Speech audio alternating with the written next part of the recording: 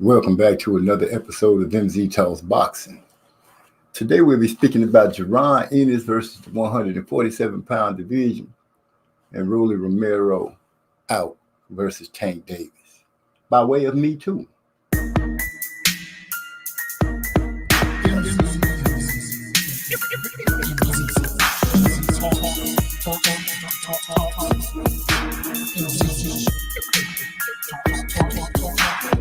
Let me make this abundantly clear.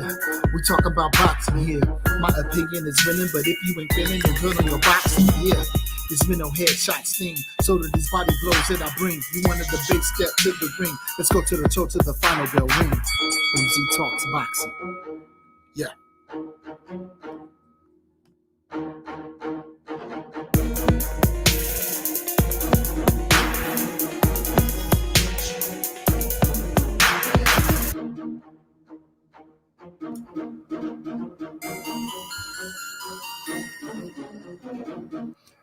Welcome back. No, we usually get started around this time, so we're going to go ahead and slowly get into it like we usually do. Wait for a couple of our family members to go ahead and join us before we get to digging down into what it is that we want to get digging down into. Now, I always say, if you've been here before, thank you for coming. And if this is your first time, hey, thank you for coming by. And we hope you enjoy yourself, because we like to sit back, relax. We do grown folk thing here. If you sip, then sip. I got me a nice bottle of wine myself here. Some of the great bubbly. Some Stella Rosa Black. Got me a couple of things to put in the air. Got some tracks lined up to listen to. And we also going to talk about that phenom, Jaron Ennis, making his way up to 147-pound division, getting ready to attack for one of these belts. I don't see any reason why people shouldn't be excited about it. But one more time, just to let them know that this is MZ Talks Boxing, we hit them like this.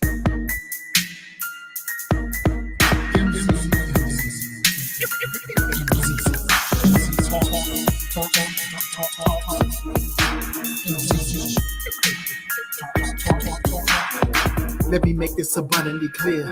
We talk about boxing here.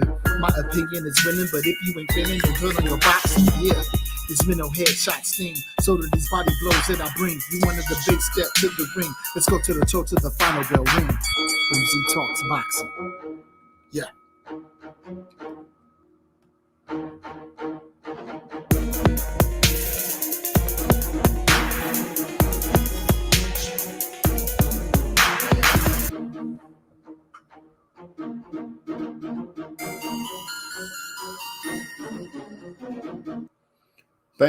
Thank you. I'm your host, MZ. Let's go ahead and dive into some things. Rock Band Fozzy, glad to see you here. Glad that you stopped through. Hope you're ready to sit back, enjoy yourself, relax, kick your feet up, and do what you do. Once again, thank you for coming. Thank you about that. Thank you. My brother, Old Beast, he put that together for me, so hats off to him. As I said, we come in, we talk about a little bit of boxing, a few things that might be going on in the community that might bother you or pique your interest. We try to have the table opened up for those of us with respect for each other's opinions to go ahead and drop whatever you need to drop, and we try to talk about it. Right now, we're going to be bringing up about Jaron Ennis versus the 147-pound division, meaning looking for the top fighters, as in Earl Spence Jr., Terrence Bullet Crawford. Those are the two top names that that come to mind right out the gate. And I believe this young man is poised and ready to go after a belt. The question is, who's going to be that brave champion to go ahead and accept the challenge? Now, sure, I hear a lot of talk amongst the champions that, Earl Spence has already made it pretty clear that he's not interested in fighting anyone without a belt or mandatories. He's ready to go after those belts. I want to know what you guys think about that. Booth saying that he's ready. You all heard the interview that they talked to him after he made that beautiful showing the other night against Jamal Herring. I mean, not Jamal Herring. The beautiful showing he showed up the other night with the one first round knockout, first round stoppage. The man is right now what you would call, most people would say, I'm starting to hear the words boogeyman tossed around for him and things like that. I don't really want to call anybody a boogeyman, but the way it seems right now, it's hard for this young man to find any kind of serious competition to test his skills and to have him go into that toolbox and show us what he really has. And that's not to short him on anything that he's been doing lately, because the man has been showing us, what he can do. Good work with the competition that's been placed in front of him. Also, we're going to talk about Romero being pulled from the Tank fight. And it's not because of an injury or anything like that. It's almost like he's being Me Too. Some accusations have been made against the young man by some young ladies, some young women that has caused a sense of concern. So any business conglomerate would do, Showtime has made got rid of Rolly off of that fight card, and they're trying to put someone else on. I believe they've already replaced him. I'm not sure who it is that they replaced him with, but we're looking forward to seeing what goes on. Devin Haney, I believe, has finally got his fight with Jojo Diaz, and we'll see how that turns out. And let us not forget that this weekend coming up brings us Caleb Plant and Canelo Alvarez. It's no secret that MZ Talks Boxing has been advocating for Caleb Plant. Yes, this is true. I've been advocating for Caleb Plant. I believe that Caleb Plant is going to surprise the world and beat our boy Canelo. But, that's just me. And let me go ahead and introduce one of the best in my opinion on YouTube. No one calls a fight like this man. No one calls whales and frogs out of the water like this man when it comes to calling a fight. Ladies and gentlemen, joining us now, Trey X. What's up with it, OG? What's going on, man? How you doing tonight? I'm good. I just thought I'd come on and give you a helping hand again. So I see you up here by yourself. And it's always welcome. You're more than welcome anytime to come through and chop it up with us. As you've seen, I got on the title, Jaron Booth Ennis versus the 147-pound division. Romero is out versus Tank due to the Me Too movement. And I say that half-heartedly, not really, serious. But the man right now it seems to be in some kind of hot water when it comes to young ladies. And not last but not least, the fight that I hope that you don't have any loss of voice or anything like that. Canelo Alvarez and Caleb Plant. Well, I ain't got to change the heart in the outcome, but I did go back and change my pick on the Champ Ross from a knockout to a decision. I took I'm thinking unanimous decision, but on the Champ Ross you get extra points if you can nail a majority decision or a split decision. So I picked majority decision, but I'm expecting unanimous decision. And one reason is because, like in sports, I noticed that a lot of the time, like when the population is going one way, it'd be a little bit different. You know what I'm saying? Like it pays to make contrarian picks sometimes. So everybody expecting Caleb Plant to get knocked out. The people that's picking Canelo, that is. I know the Plant fans ain't expecting that, but the Canelo supporters are. And I went back and I looked at Canelo versus Callum Smith. I looked at him versus Miguel Cotto, and I looked at him versus Danny Jacobs. And all three of those fights went the distance. And I noticed that if you're able to offer some kind of resistance against Canelo and make him have to worry about your offense as well as you got to be worried about his offense, that you able to kind of you can go some rounds with him. You know what I'm saying? even if he gets you hurt, because he hurt Danny Jacobs, he hurt Callum Smith, but they were still able to go the distance. You know what I'm saying? So I feel like Caleb Plant got that toughness, and plus he got the mobility to get to maneuver out of danger if he get hurt. You know what I'm saying? Because he got some good legs. So I went on ahead and took Canelo by decision. Okay, I see we slightly winning you over. You know what I'm saying? We go before it's over. I'll get you pulled over here to the Plant side. Nah, I ain't gonna go away that far, OG. You know what I'm saying? I still got to serve y'all crow now. I'm sorry, but no, I won't be receiving the crow that night. I just don't feel that happening. Crow. Man, let me tell you, the other night was exciting. Those fights ended faster than some of these dudes' love lives. Yeah, man. Boots Ennis looked spectacular. He definitely went out there and exceeded my expectations.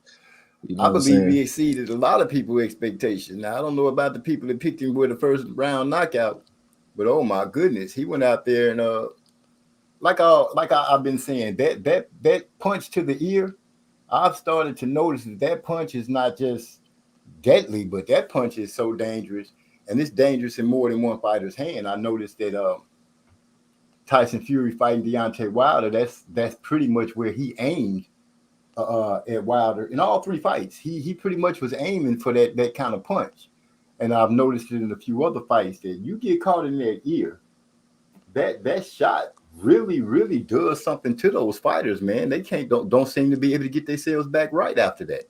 Well, I still don't think it's like a one size fits all. Like every fighter responds to that the same way.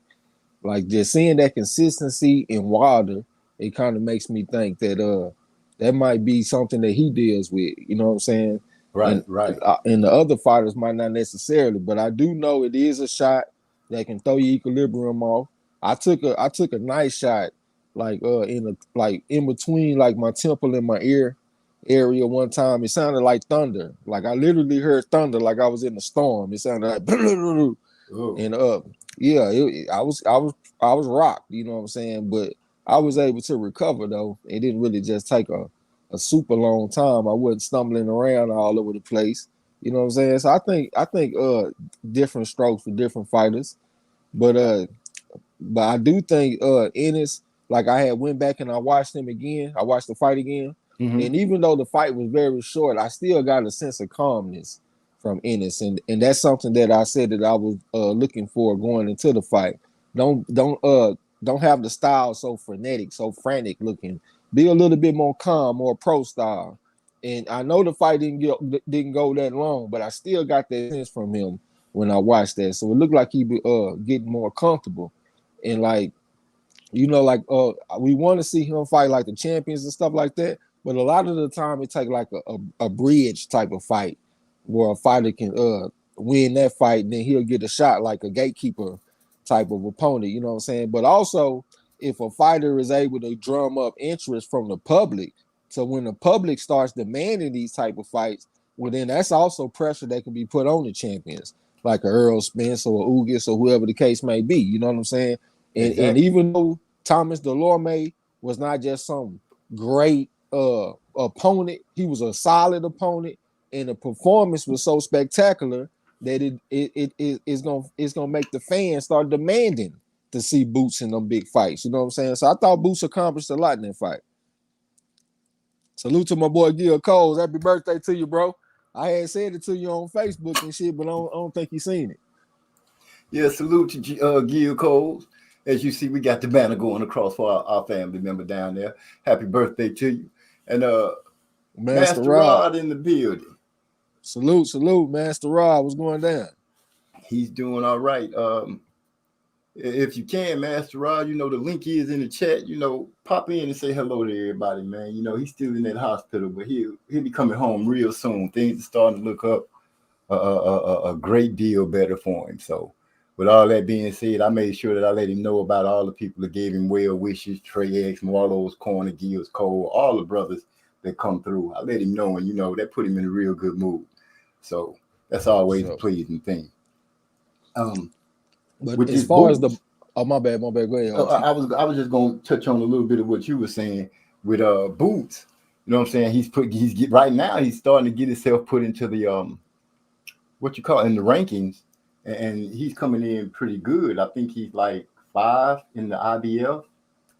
And I'm hearing a lot of grumbling about people saying, why is Mikey Garcia and Keith Thurman ranked higher than him? Which I have no gripe.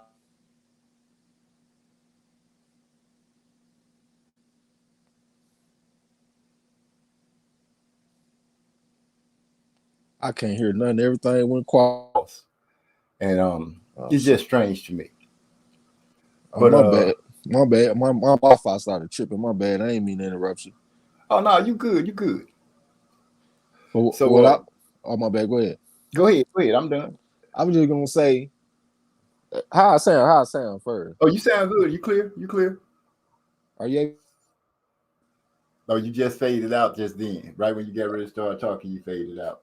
okay? Give me a second. Let me try to tighten up the Wi-Fi real quick. I'll be right back. All right, brother, do your thing. Do your thing.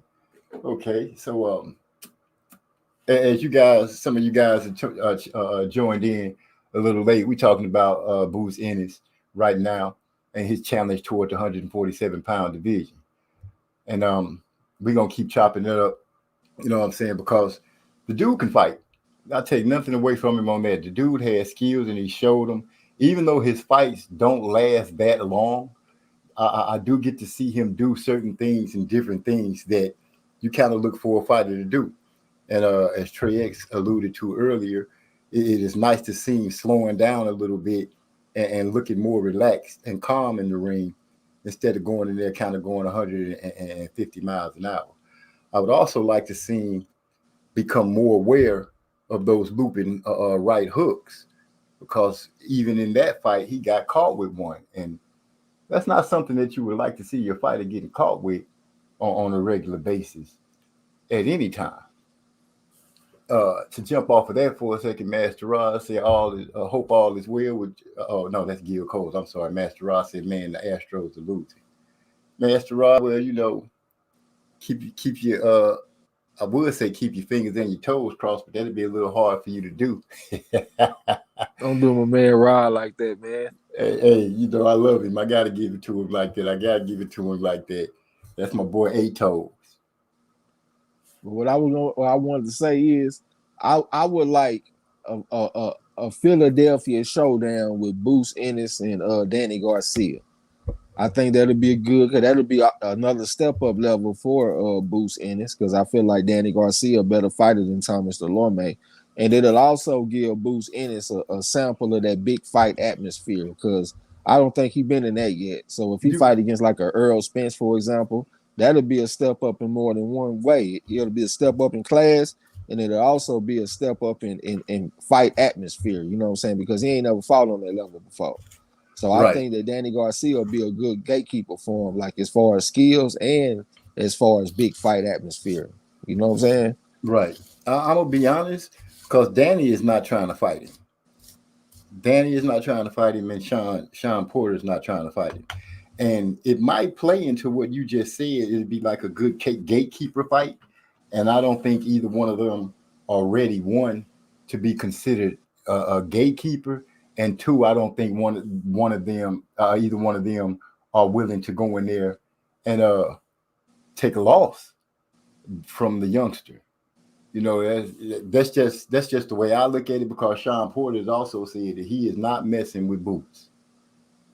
I feel like Sean Porter and Danny Garcia are in like two different places though, because Sean Porter, he done had some good showings in his fights and stuff, and he done put a few wins together. Danny hasn't.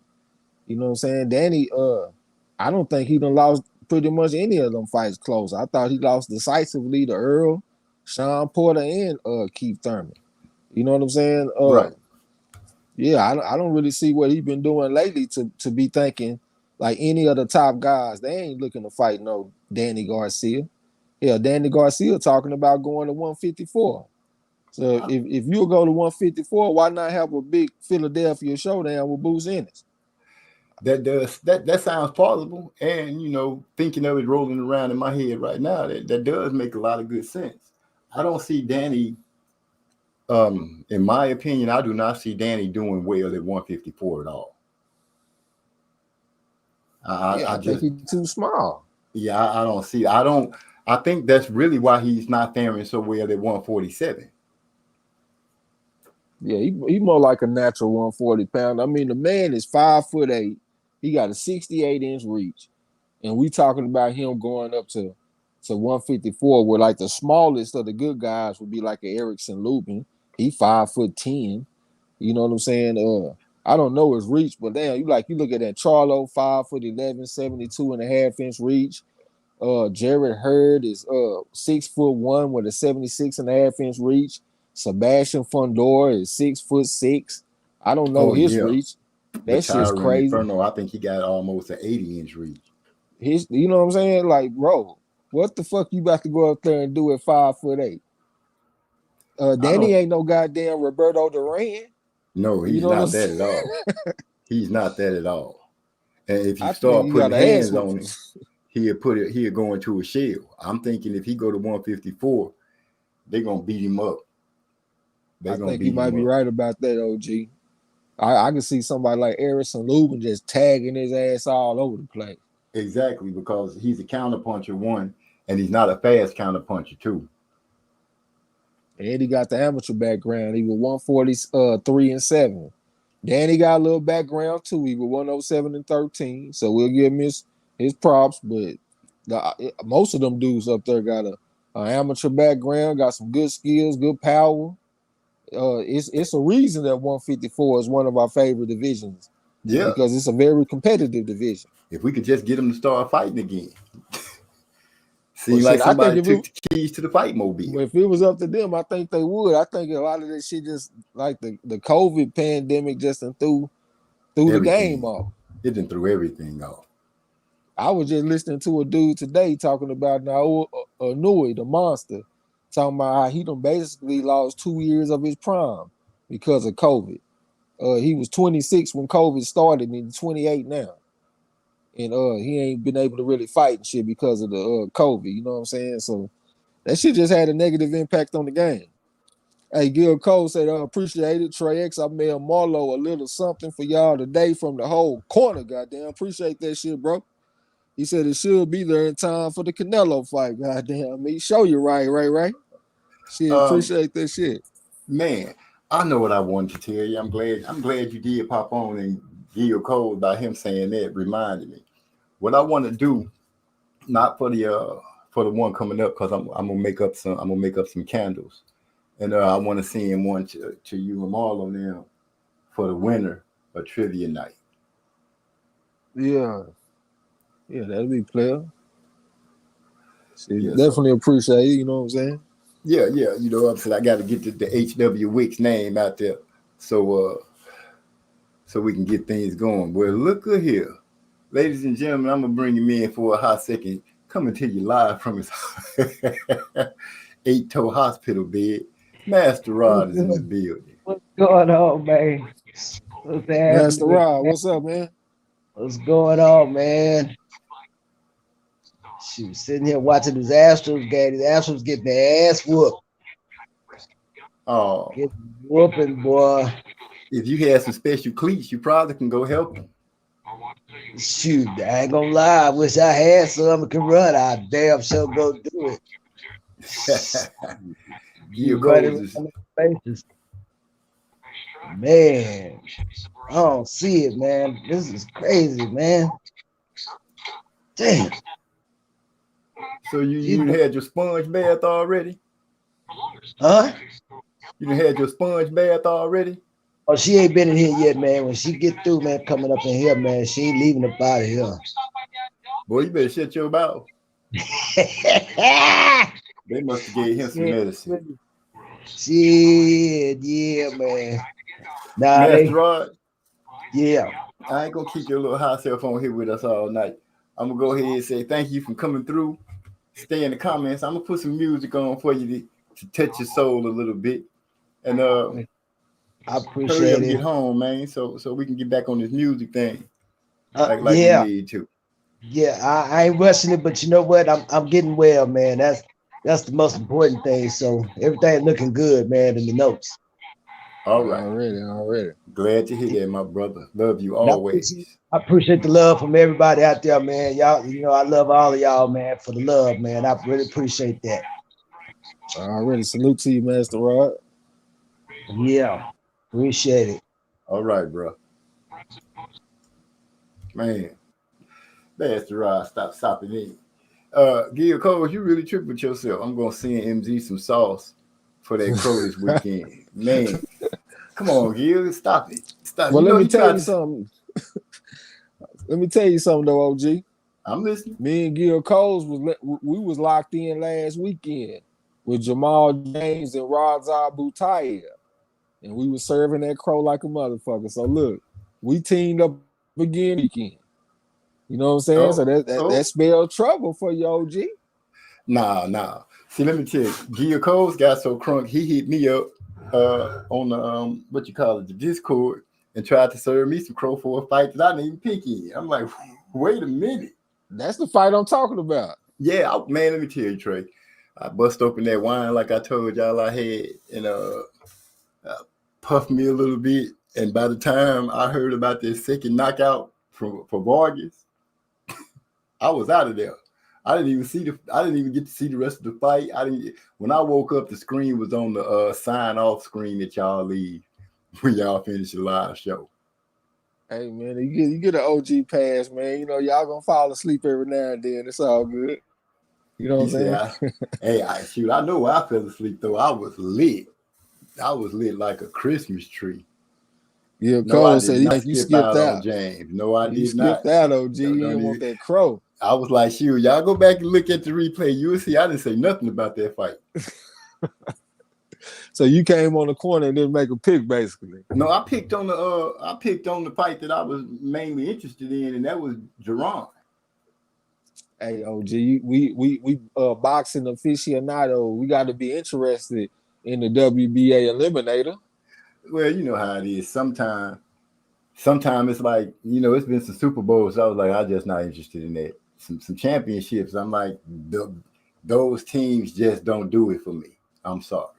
Some fights, they just don't do it for me. I'll be like, okay, whoever win.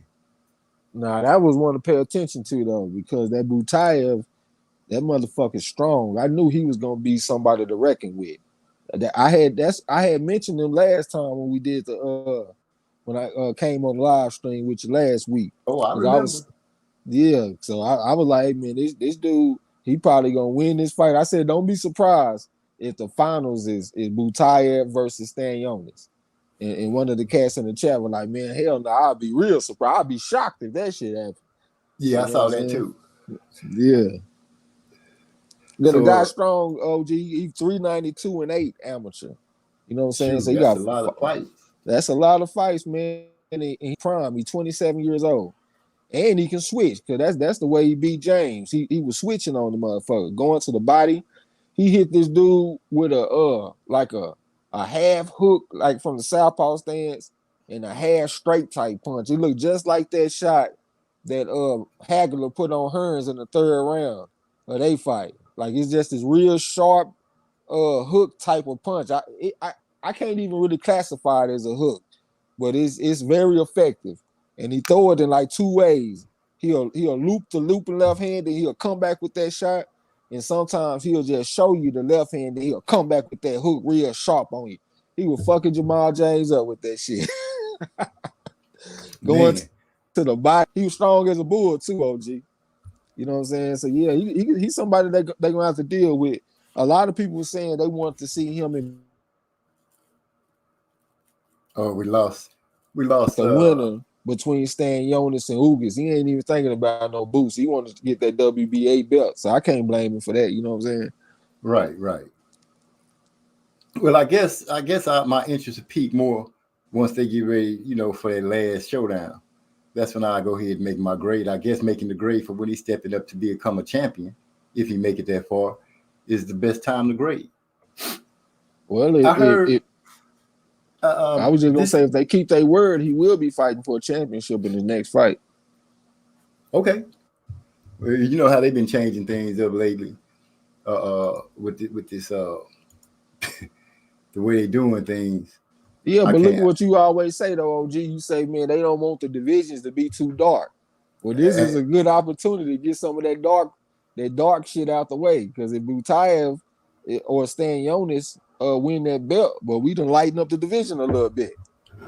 Exactly. Because we get it away from Ugis.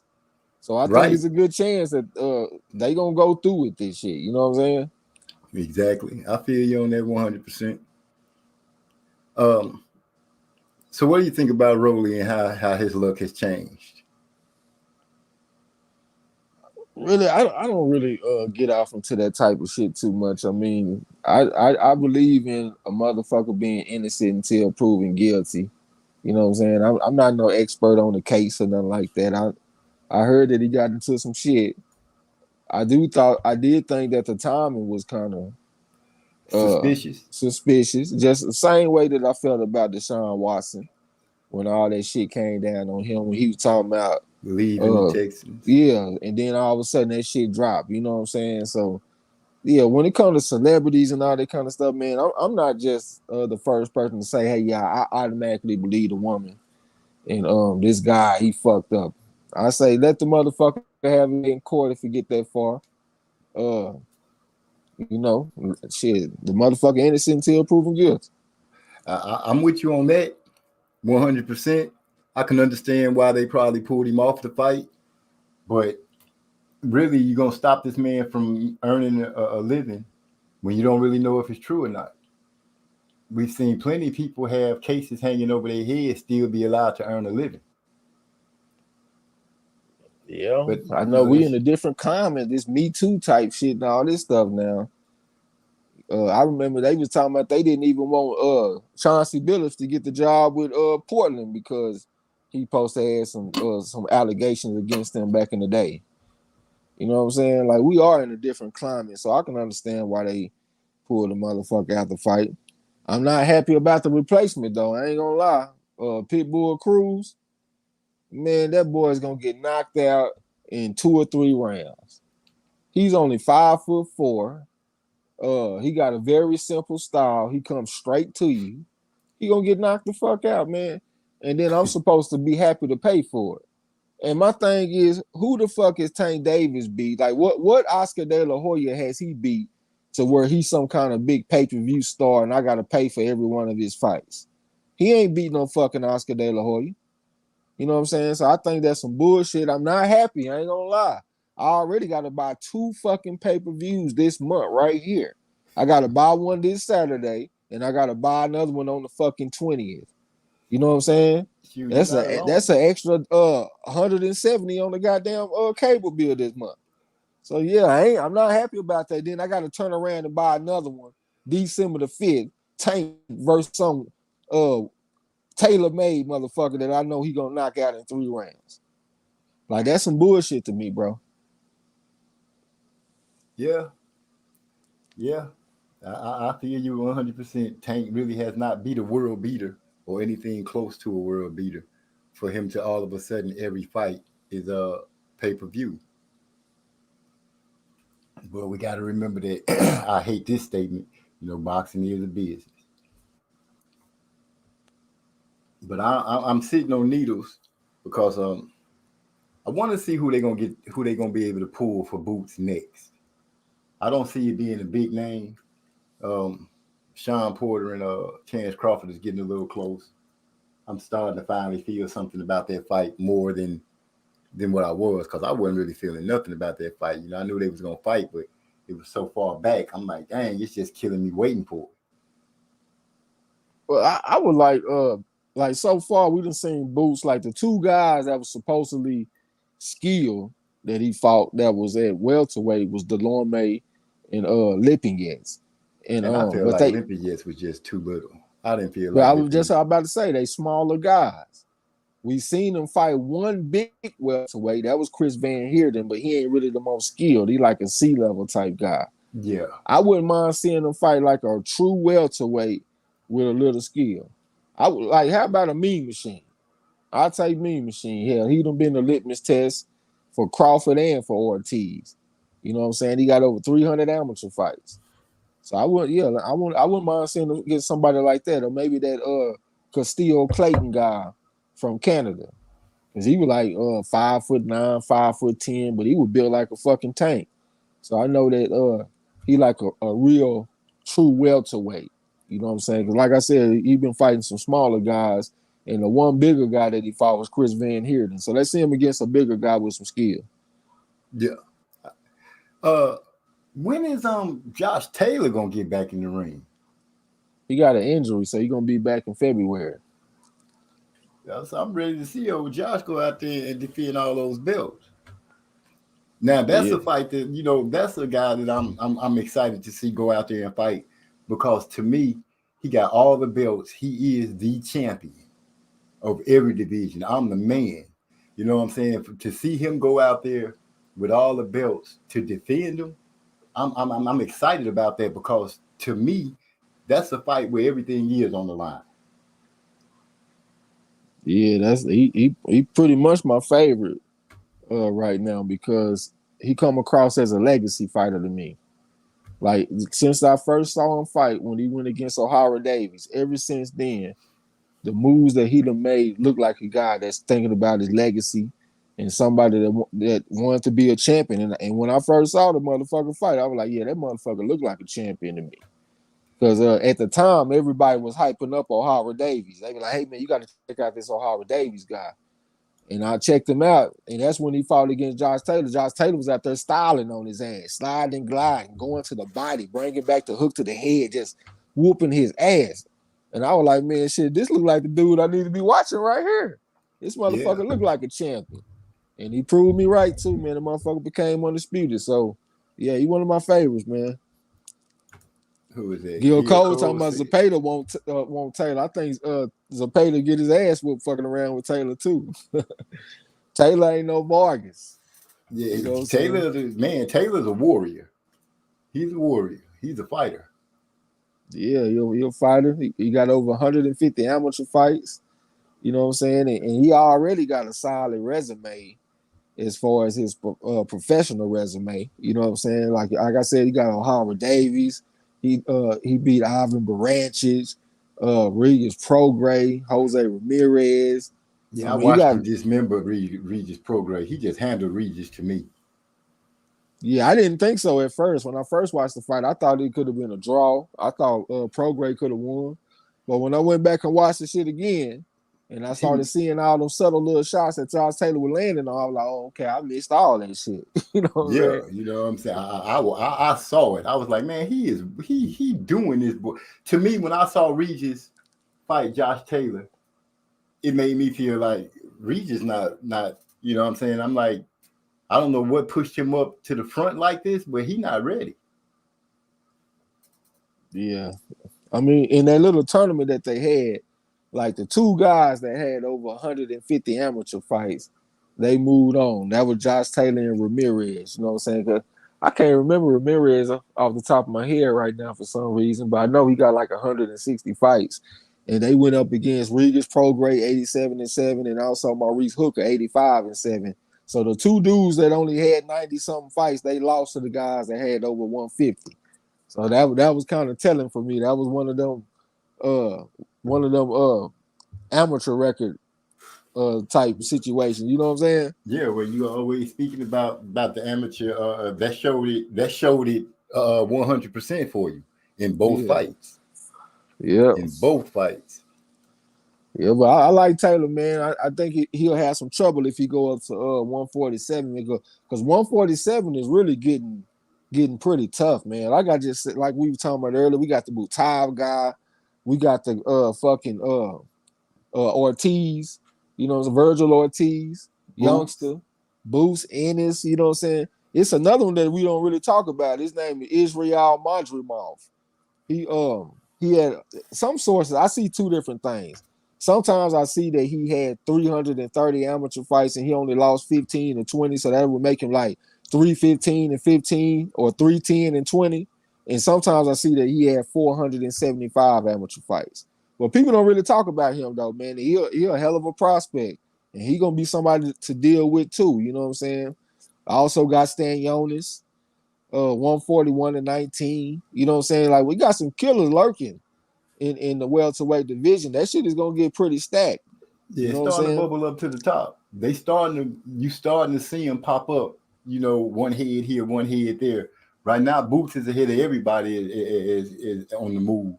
But yeah, those guys are following close behind. Yeah, I still like as far as accomplishment, I still got Boots a step behind Virgil Ortiz because I think Virgil Ortiz done fought the tougher competition so far. But as far as talent and skills and stuff like that, I got Boots as the best out of all the youngsters in that division. You know what I'm saying?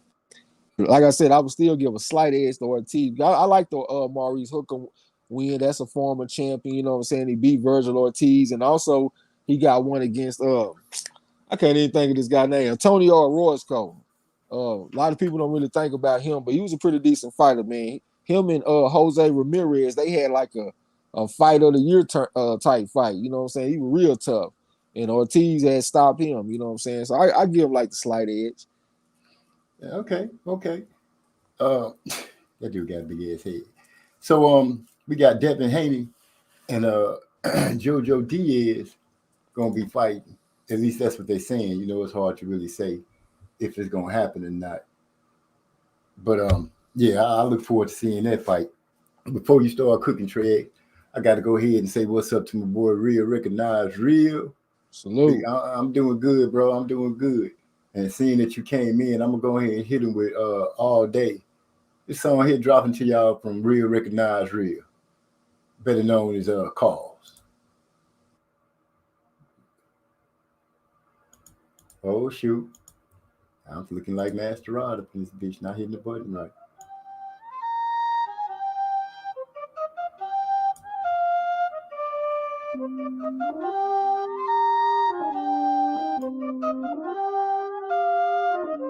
We go harder than concrete. Me and my body get smoked out. Ice chest full of beers. Cheers, this the dirty south. Fuck being down and out. We in this bitch trying to stay alive. Peace to you, my nigga. I see you trying to get your money 3 7 for life, and I fuck with it. You better show your fans straight. You don't bring with me, standing up on all teams. All days, it's on again. Same day, same shit. All across the bitch, no matter where you live. Hold it down. Shout out across the southwest side. Make no time straight. All day. Get your money and it can't wait. All day. Where it's real and it's no face. All day. Real shit. All day. Trying to stay out the way. All day. Making sure that the fam straight. All day. Get your money and it can't wait. All day. Where it's real and it's no face. All day. Real shit. All day. Trying to stay out the way. All day. Making sure my family's straight. Doing what I do. Keep doing what my beats. Making sure my family eats. Saying little prayers. I'm glad I got to know ya. I'll be here to the end. I'm the only master bride. Making sure that the fam straight. All day. Get your money and it can't wait. All day. Where it's real and it's no face. All day. Real shit. All day. Trying to stay out the way. All day. Making sure that the fam straight. All day. Get your money and it can't wait. All day. Where it's real and it's no face. All day. Real shit. All day. Trying to stay out the way. All day. I pray my kinfolk and I don't sleep. They can't eat and they can't eat and I don't sleep. I make way for my kinfolk. Guard dog up all night, making sure everybody sleep tight. Checking the perimeter with that thing on me, making sure that it's alright. I never leave my post alone, even if it means posting alone. I ain't talking about call, I'm talking about literally leaving my post alone. Some people live under the pressure. Oh no, not see. I'm gonna make sure that my family always equal up to me. Making sure that the fam straight. All day. Get your money and it can't wait. All day. Where it's real and it's no face. All day. Real shit. All day. Trying to stay out the way. All day. Making sure that the fam straight. All day. Get your money and it can't wait. All day. Where it's real and it's no face. All day. Real shit. All day. Trying to stay out the way. All day. I got that retired money, so the fam is good. Bought a home out in the country, moved us out of the hood. The when circumstances were bad, we converted to good. Every time they said I couldn't, I showed them I could. These haters plotting my downfall, I'm wishing you would. You 10 steps ahead of you, you back where I stood. Nigga, you should understand this boy don't play. Regardless of what you say, we bring that heat all day. Let go. And we back. That was my boy Carl and the rest of the family coming at you with all day. Remember, you heard it here first on MZ Talks Boxing. My boy D-Lo just stepped in the building. Say salute. The voice of Grumpiness checking in. What's up with it, bro? Glad you stopping in, D-Lo, man. What's going on with you? I see you've been putting in some work. You've been dropping videos real regular. Well, you was talking about that Devin Haney and that JoJo Diaz. Yes.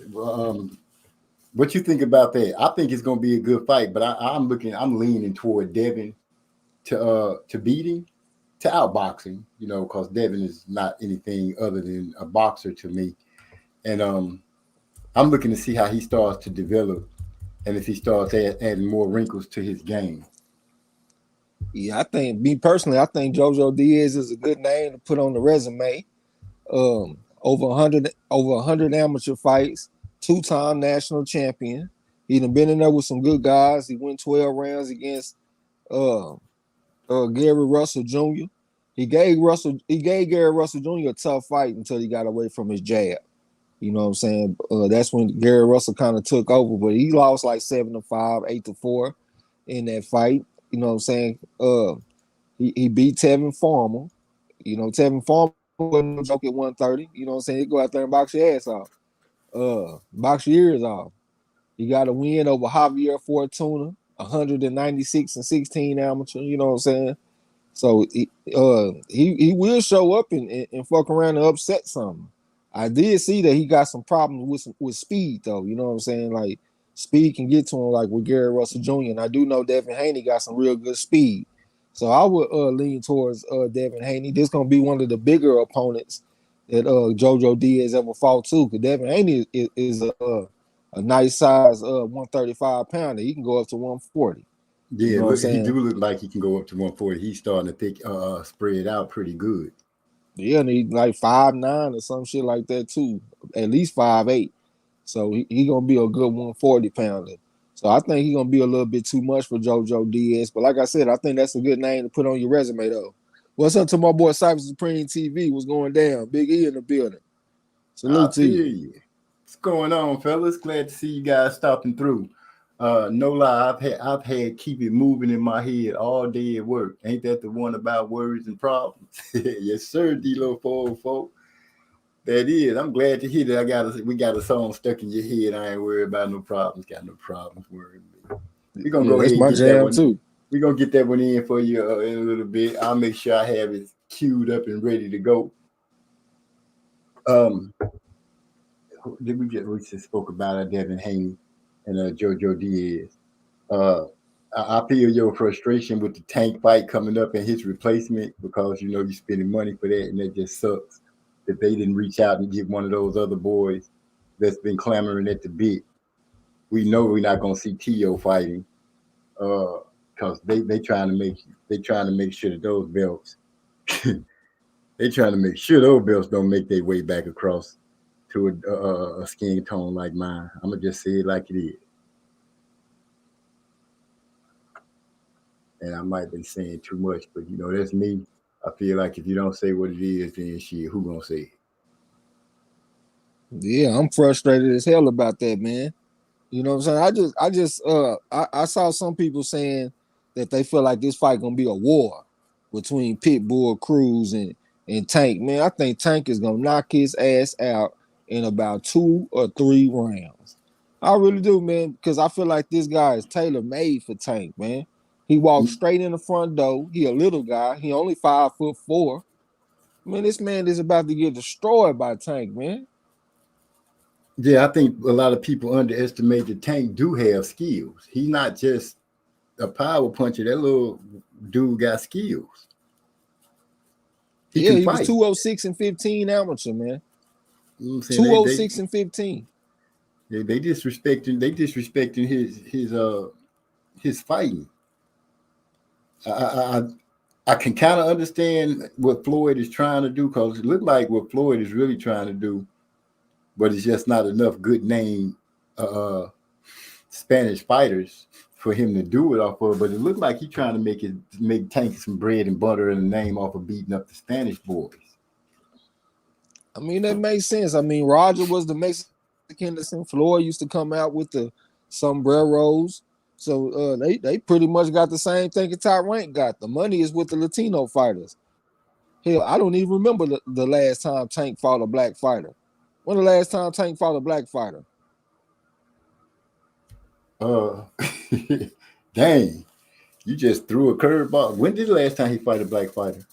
I can't think of now black fighter that he done fought.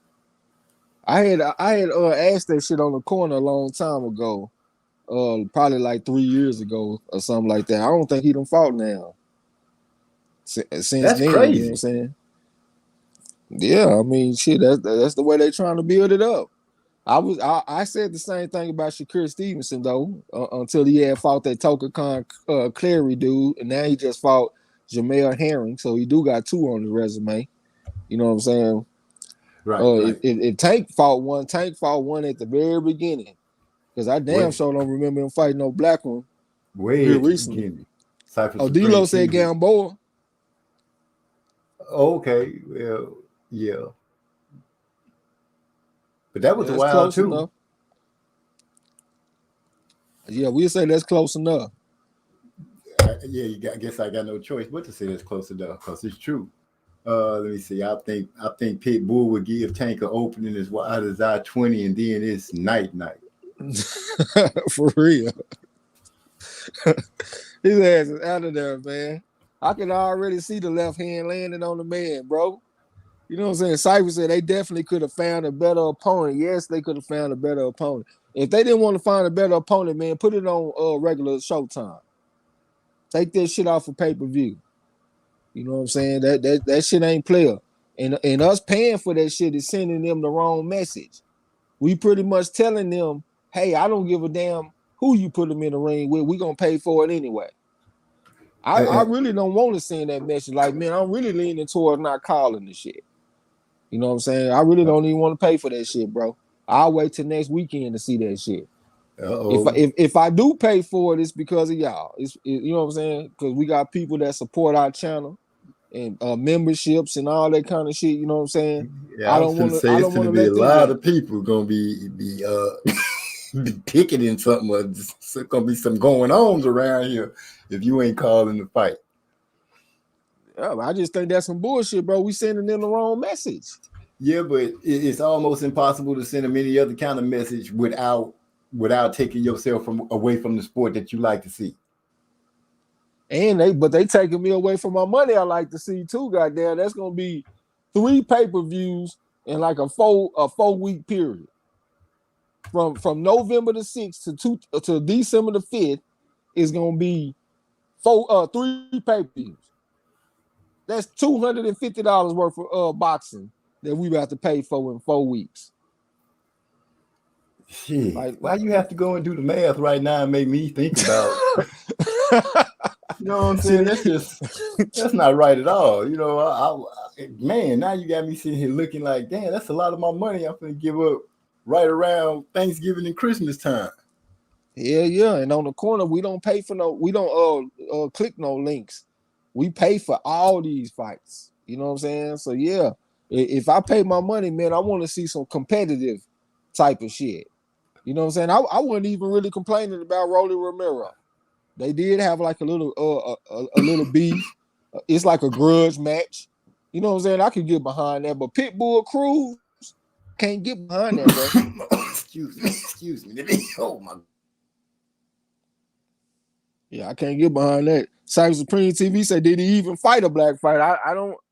Yeah, the Gamboa the closest that I can think to it, bro. D-Lo said, I don't know how Gamboa sees himself, but most of America, including me, see him as a black man. That's why I say that's close enough.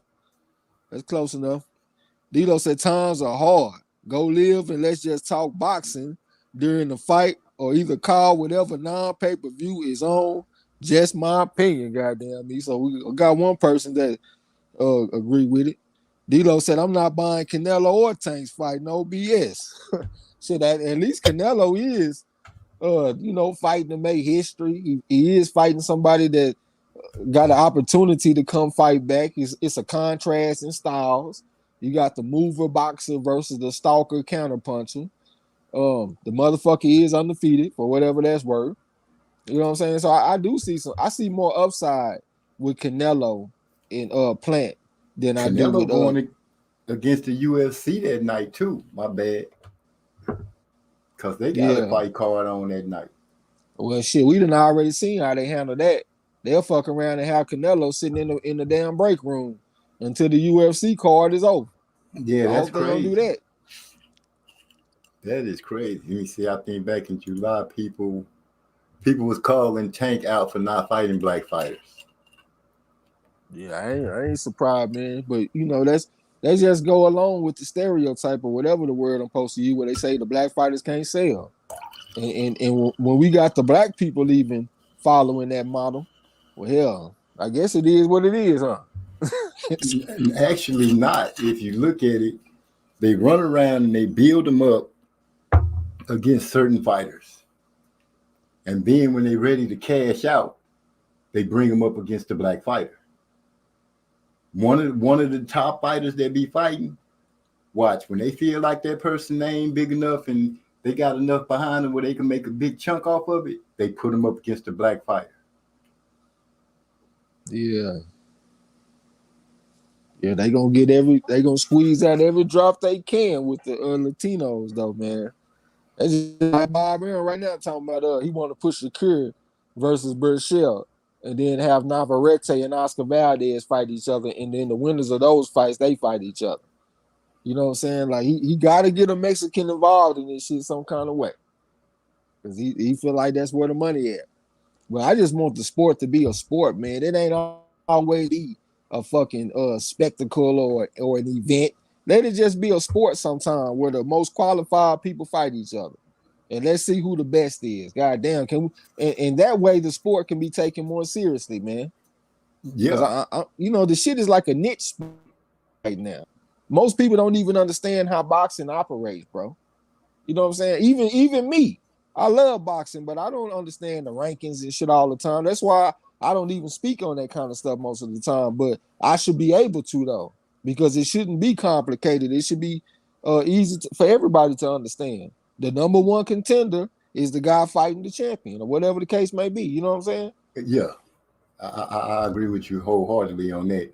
I believe it should be some kind of system that, what you got them ranked for. If they in the ranking system, I believe that fighters should be fighting up that ranking system, period.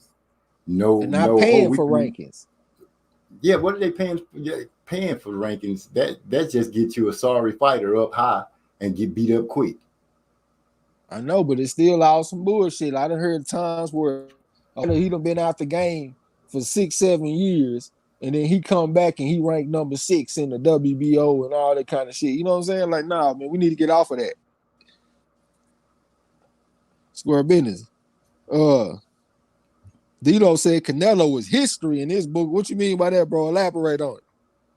He said if it was on the zone, Canelo wouldn't walk after 2 a.m. Eastern time. Square business. He said, I'm spending my little coins on the November 20th card. Yeah, I really ain't been complaining about that one either. You know what I'm saying? I don't mind. Who is it? Porter and Sean? I mean, yeah, Sean Porter and Crawford. I said Porter and Sean. Yeah, I got you. They on November the 20th. That might be a sign right there. I done called this man name twice. He got the amateur experience advantage, but hey, Crawford has overcame people. Like he got a win over an Olympic gold medalist. Crawford is no scrub. You know what I'm saying? I in no way possible in my mind is that dude a scrub. Crawford can fight. He can fight his ass off, in my opinion. It's just the way that Bob Arum is moving him, and it doesn't hurt that he come out and say some of the stuff out of left field to make it seem like he agreed with Bob or on some of these things. But maybe he should go free agent like Canelo, but do he promote himself like that? It would be hard, in my opinion, to be able for him to go as a free agent and just try to fight on whatever network he could set the fight up on, like Devin Haney. I don't see enough people with the pizzazz and the push to make sure they market him and get him in people's face where they can start knowing who he is, because he's kind of boring when you think about it. When you look for Terrence Crawford and you finally find him, he's kind of boring. And, you know, you're trying to excite fans. That's just me. You got to be something more than just that dude that's over there quiet at top rank. I don't like in the ring, I think it's all good. But like when he talked, like for this fight right here, he been putting the fight down every chance he get. He said that this ain't even a big fight. Kell Brook was a bigger fight. He said Keith Thurman is a bigger fight. If me personally, if I was promoting fighters, Terrence Crawford will be at the bottom of the list when it came to fighters that I would want to promote. You know what I'm saying? Because you shitting on your own event. I ain't never heard Mayweather do that. Like when Mayweather have a fight, he ain't saying, well, this ain't no big fight.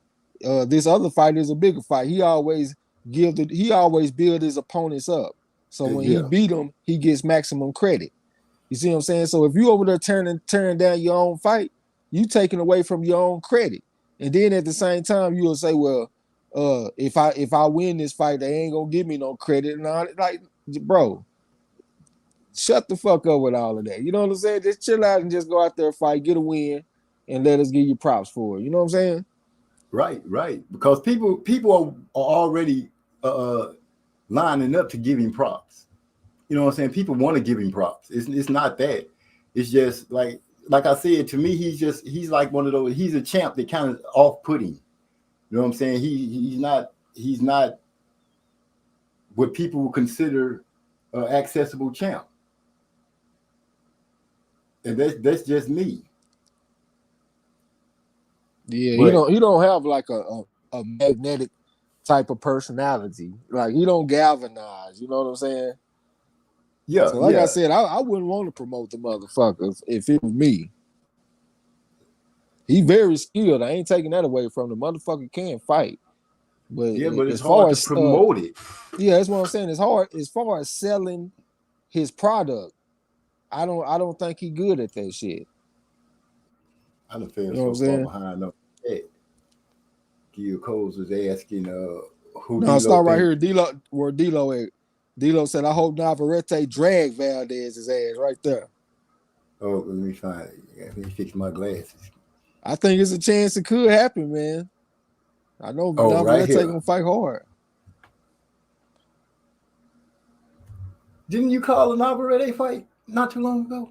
Yeah, that was Navarrete versus shit. I can't even think of the motherfucker name. I think I went with Navarrete that night too. Oh yeah, you got to go with Navarrete. Oh yeah, he fought against Shakur Stevenson, old girlfriend's brother, Joet Gonzalez. That was a good fight. So he got beat up both times. He got beat up by Shakur and he got schooled by Shakur, but he got beat the fuck up by Navarrete. Yeah, you see, Cypher Supreme TV said they could have at least asked Gary Russell if he wanted to fight. Fight who? Who was there? He got me thrown off with that one. D-Lo 404 said there is so much wild shit going on in boxing. It's frustrating to even speak on consistently. Well, you can only speak on what's really going on.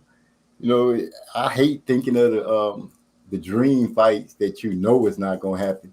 I can't understand why Gary Russell, my gosh, has not had a fight yet.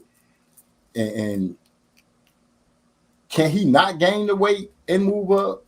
You know what I'm saying? Why won't he go for undisputed in 126 then if he ain't going to go after nothing else? What is going on with him? And how is that even a career that you could try to base of going into the Hall of Fame with?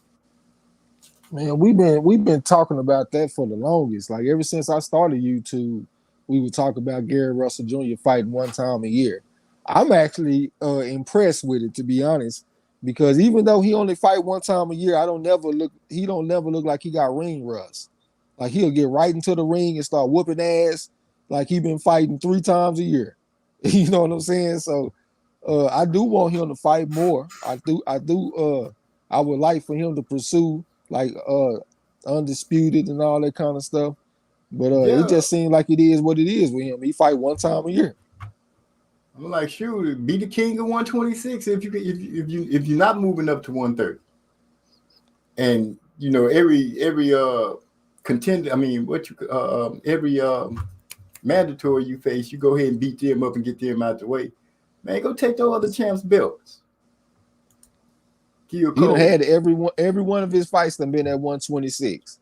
You don't really see that. Yeah, I'm talking about every single one of his fights been at 126. You know, some fighters, they'll start out at like 118 or 122, and then they'll move up to 126. Now, he has started and remained at 126. So to me, that lets me know he really is like a small guy. He only like 5'4". He probably closer to 5'3.5" or some shit. You know what I'm saying? So he a small guy.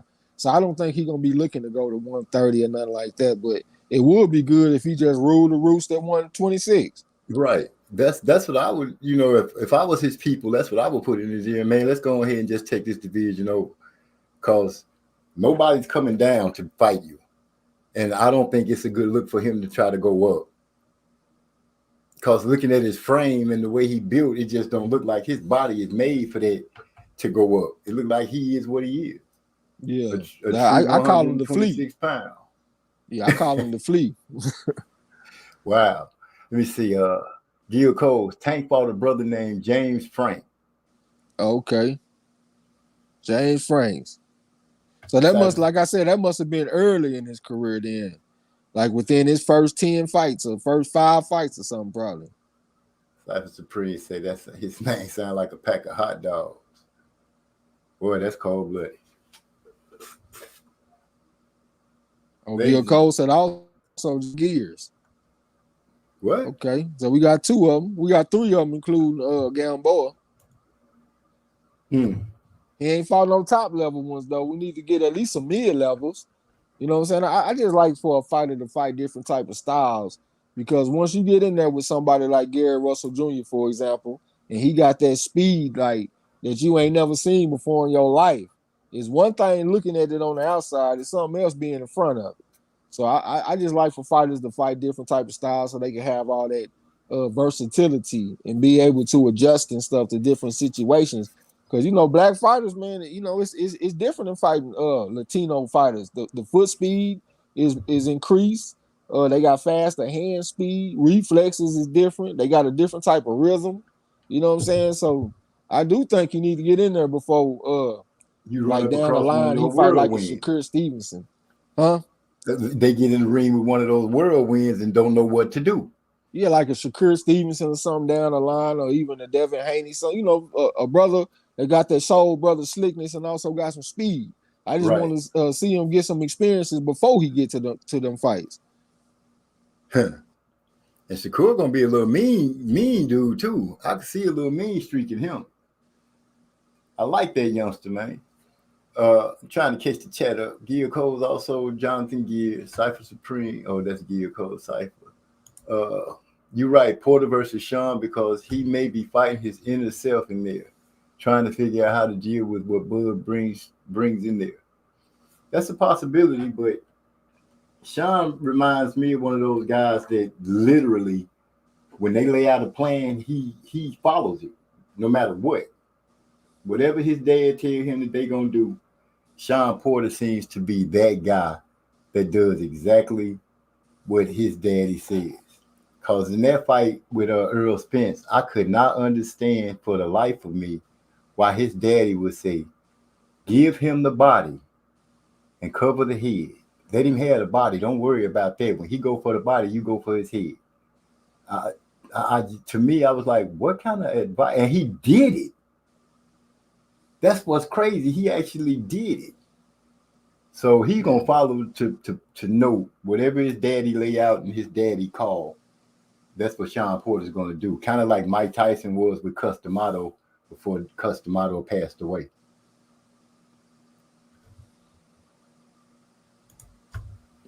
It say you right. Oh, he put that up there twice. Say Crawford is a pretty vanilla guy, personality wise. Folks say they want him to talk more until he talks. That's a good point. When he does open his mouth, it's like he puts his foot in it. Like Well, I I said, think go ahead. I thought that I didn't think that De La Hoya had like the most vibrant personality or somebody like Manny Pacquiao. I think it's cool to be vanilla, but I just don't need you shitting on your own fight. Like being interesting, I don't think that requires you to say this fight is not a fight. Kell Brook was a bigger fight. Keith Thurman is a bigger fight than this fight right here. You know what I'm saying? I don't think that has anything to do with being vanilla. Just don't shit on your own fight. Like, do all that other stuff that you want to do. Be as vanilla. You can be Bill Belichick up there if you want to, but don't shit on your own fight. So that's what he said about Sean Porter? Yeah, he said that he felt like Kell Brook was a bigger fight, and he felt like Keith Thurman is a bigger fight than Sean Porter.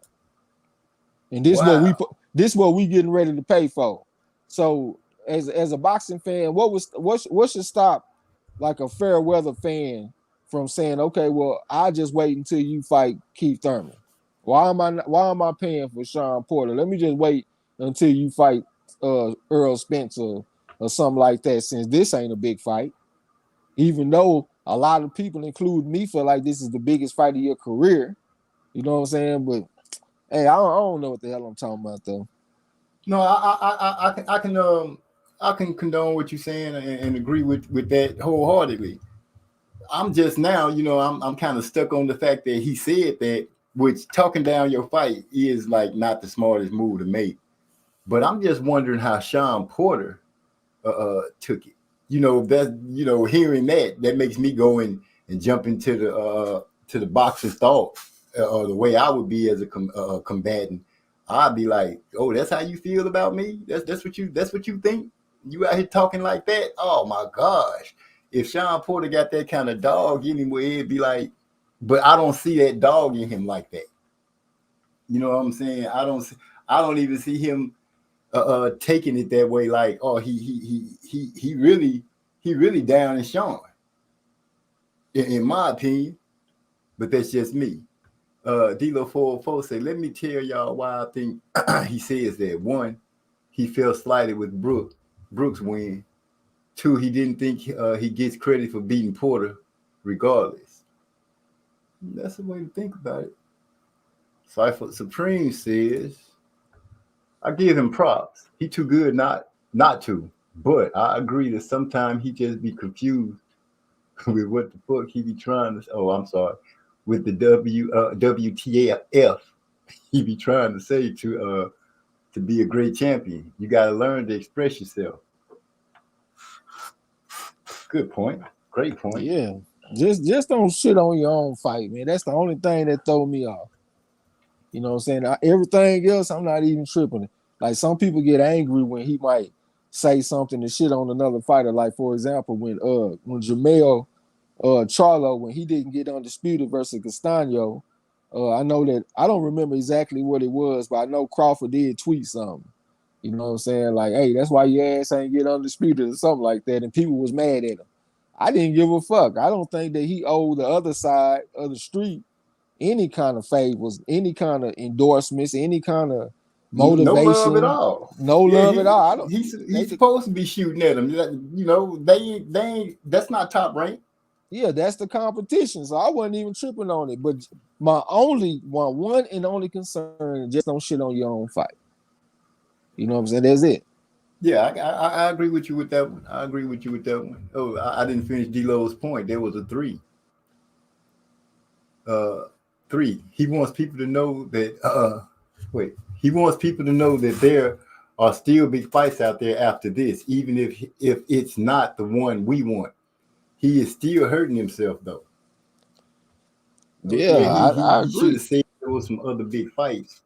I see where Trey X is going when he's saying that, you just straight up to the casual fans, you just told him this not a big fight.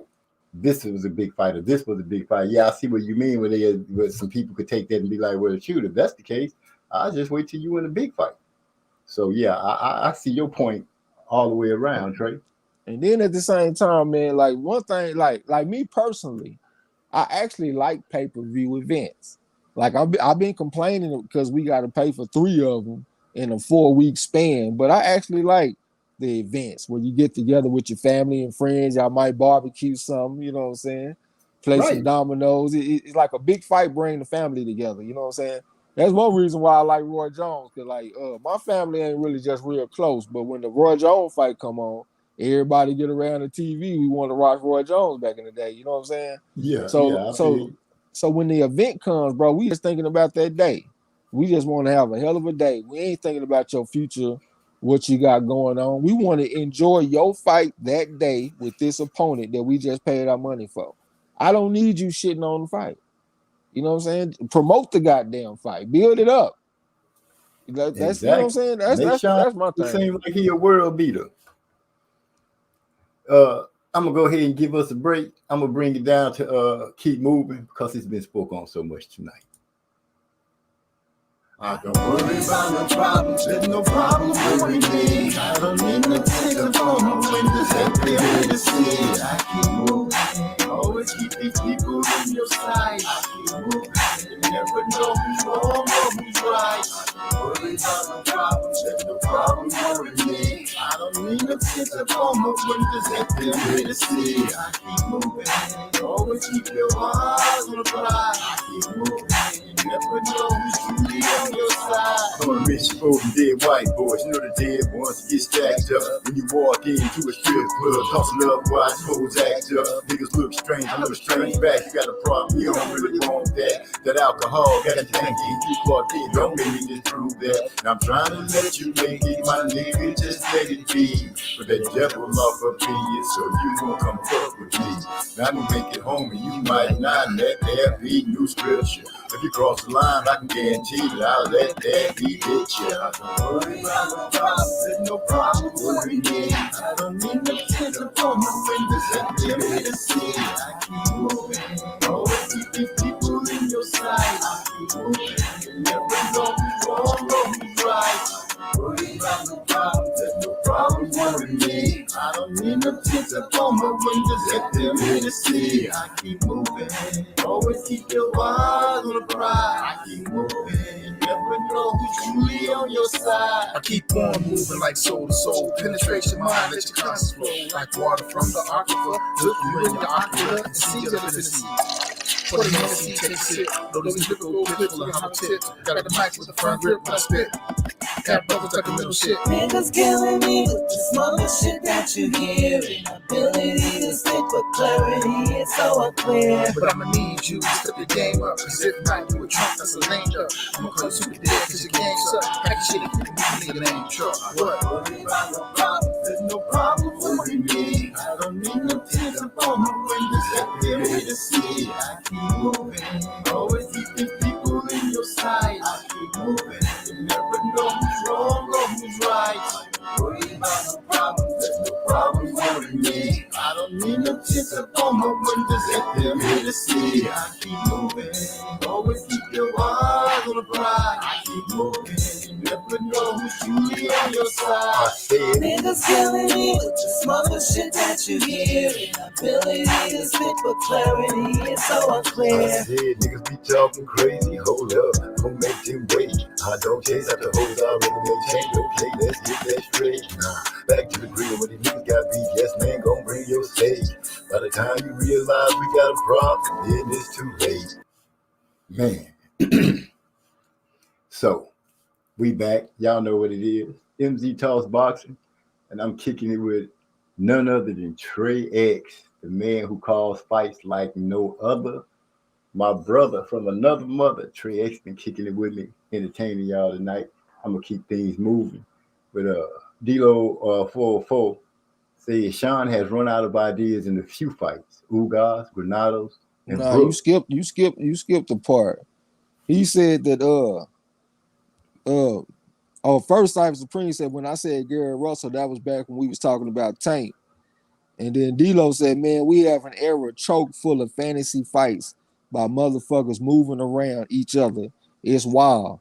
And in some ways, man, it seemed like it was easier back in the day to see some big fights when motherfuckers was drawing a color line.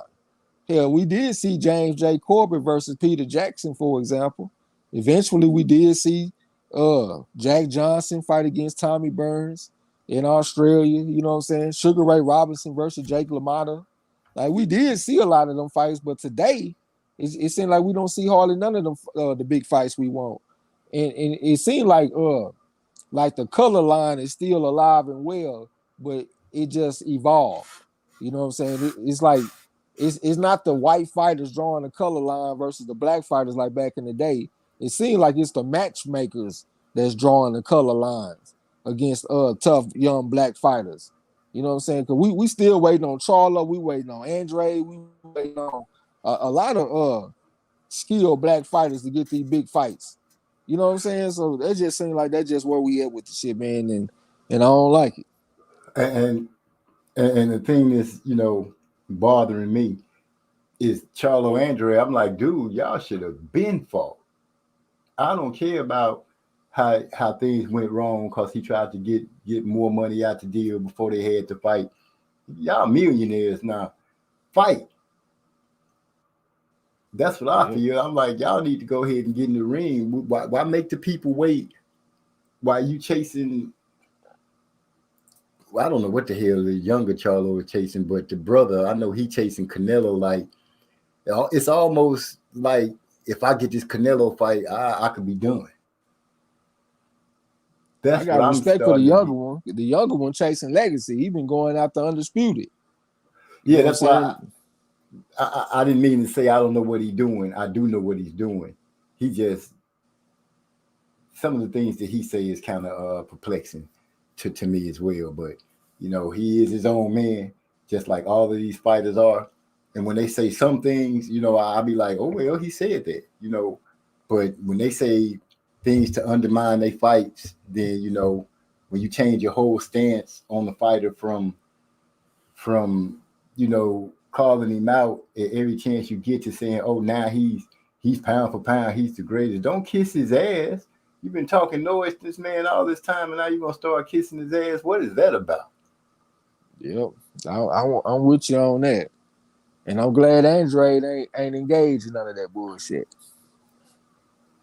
Yeah, I give him that. He has not started talking about Canelo. He's still talking about whooping that man's ass.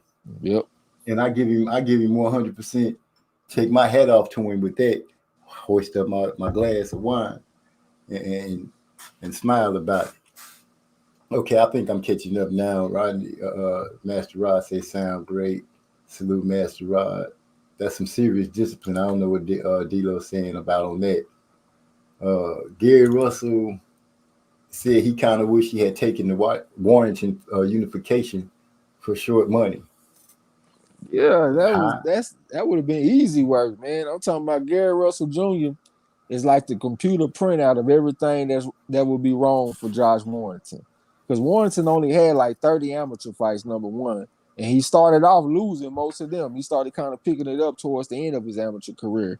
Gary Russell Jr. was 163-10. He was he could have went to the Olympics, you know what I'm saying? So he on a whole different level. And one thing, like in all sports, man, I'm talking about from basketball to football to boxing. Once you go up levels, it's the speed of the contest that increases. You know what I'm saying? Like if you boxing, once you go from novice to fighting open class, like the speed of the match just seems to go faster. And it's not necessarily that y'all moving fast and throwing faster punches. It's just the mental part of it is faster because they often they're fainting and doing all kind of shit. So you just got to stay on your toes all the time. So if Warrington go from fighting the type of fighters he been fighting to go to fighting Gary Russell Jr., man, that shit gonna speed up fast as a motherfucker on him, man. I'm telling you, that was everything that was wrong for Warrington. And I think Gary Russell Jr. made a mistake by not fighting. So you saying it would have been like when they on the PlayStation, they on the easy mode, and you go to killer mode. Yeah, he would have whooped that boy ass, man. I'm trying to tell you. Yeah, well, hindsight is always what they say the best.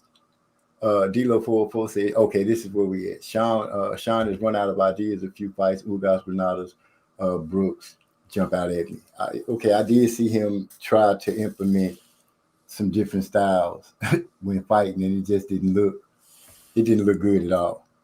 And in the Ugas fight, it stuck out at me a lot too, because after he tried to box a little bit and then brawl a little bit, it did kind of seem like he got stuck between the two styles of what to do.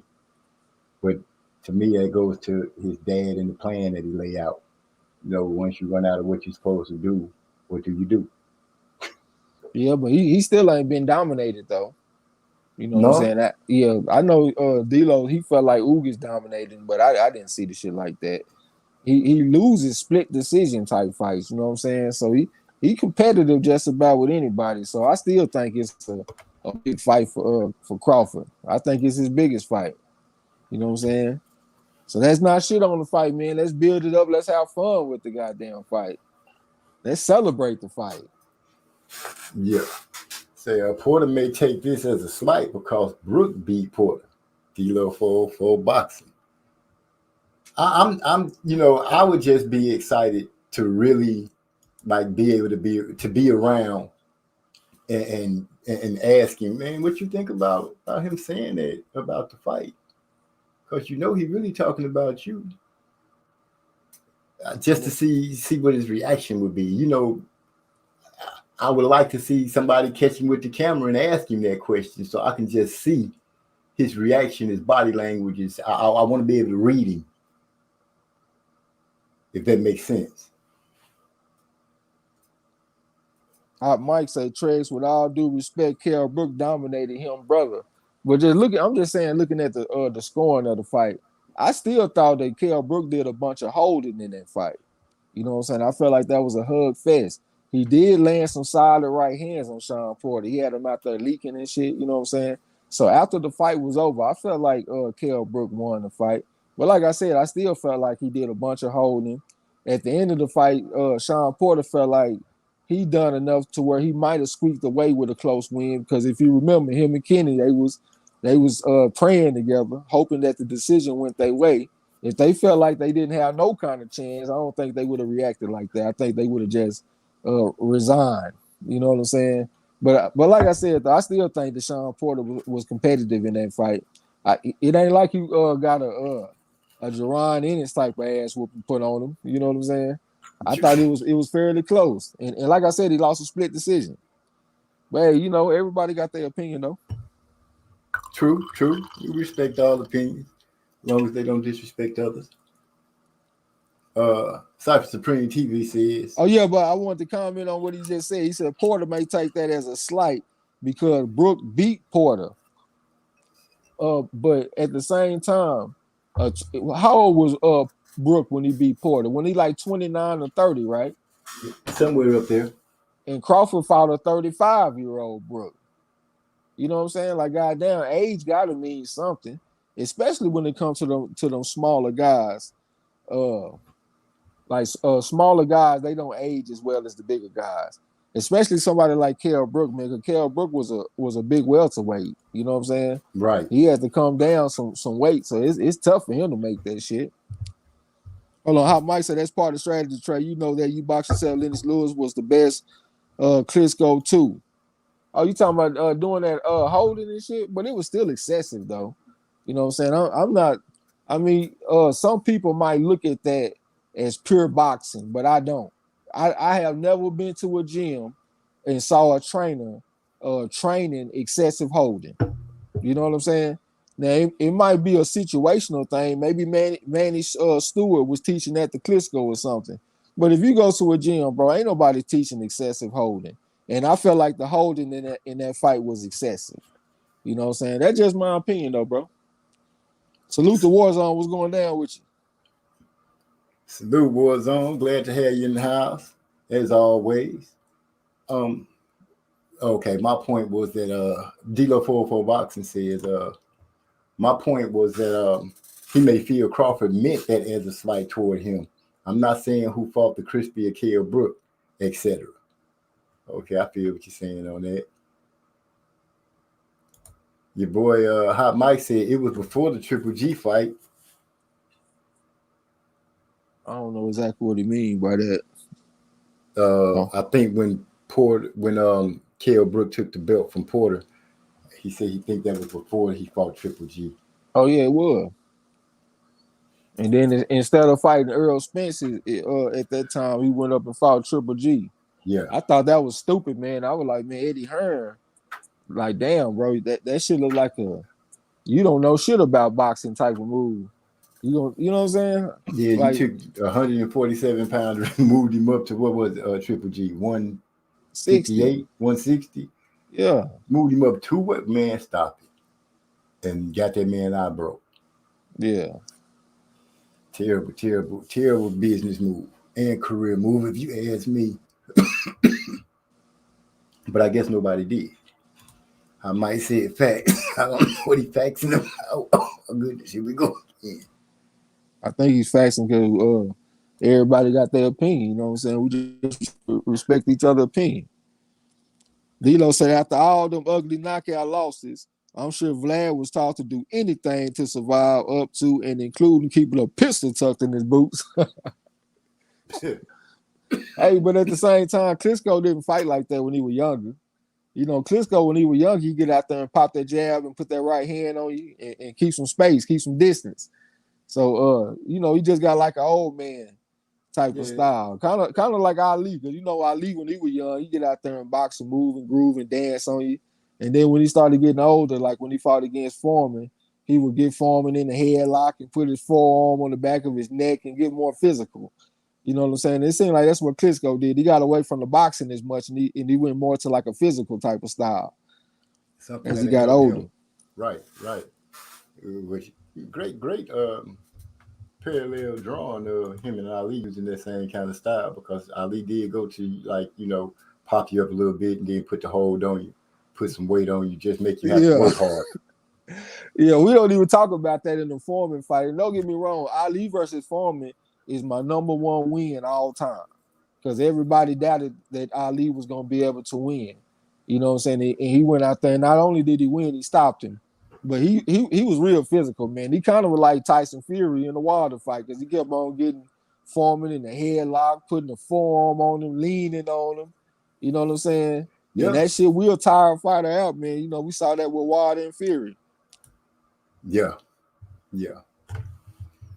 I remember Foreman saying that he was speaking on him and Ali having their fight, and he said a part where he was like, Ali asked him when he hit him, "Is that all you got for? Is that all you got, George? Is that it?"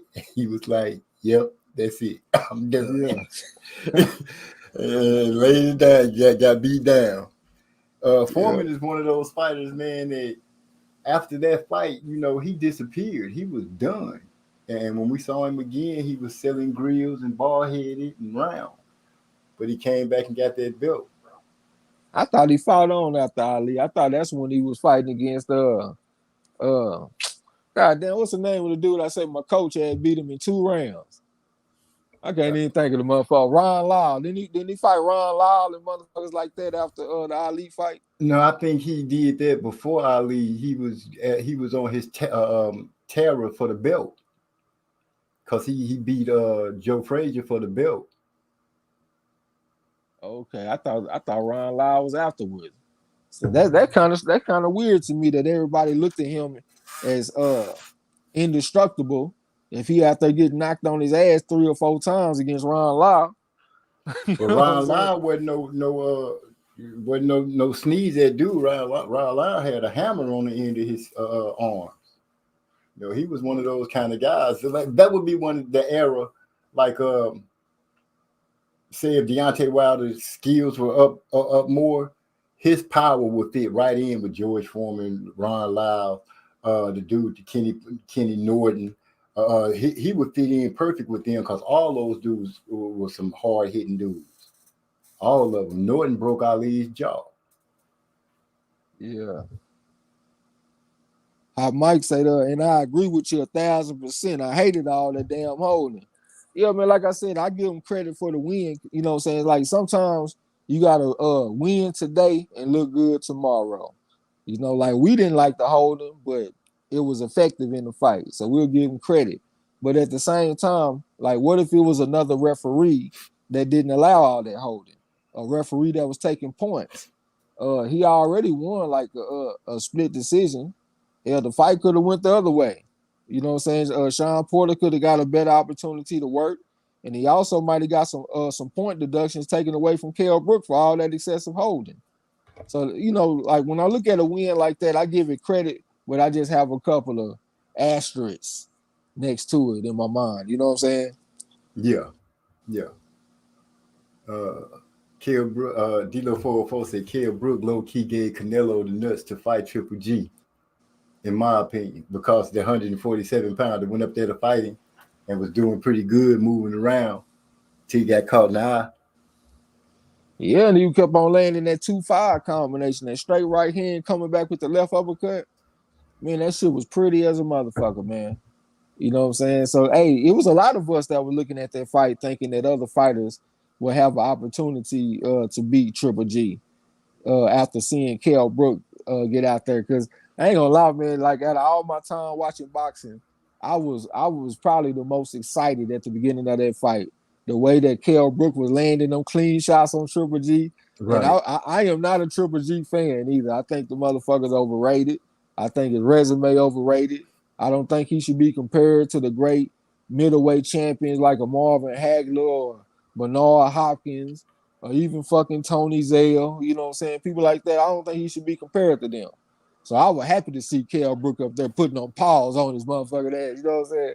But, you know, Triple G came out, like round 7, and he stepped on the gas and got him out of there. But I was very, very excited at the beginning. Salute to Hyphy, man. What's going down? Going down with you, bro? Hyphy in the house. Salute, Hyphy. What's going on with you? D-Lo 404 said, I think 97, who was that? Vlad had 13 fight trivia. Uh-oh. He talking to you with that, Trey. Yeah. Hey, D-Lo, make fun. George, I was fighting when you were in middle school. They saying that's what Ali was telling George. When George Foreman tell that story, man, George Foreman, he'll make you laugh while he telling that story. Kind of like Mike Tyson on his one-man show, where he telling the story about what's the actor's name that he said was trying to smash Robin Givens, and he caught him at the house and scared him to death. I don't even know. It's one of those. What's the pretty boy name that came up with Angela Jolie's husband? Yeah, I'm the worst guy in the world when it comes to movie stars and shit. D-Lo say Brad Pitt. That's him, the pitster. He said he scared the life out of Brad Pitt, man. But you know, that's just something that I caught Mike Tyson saying on his little old show that he do, that little one-man comedy type thing. Yeah.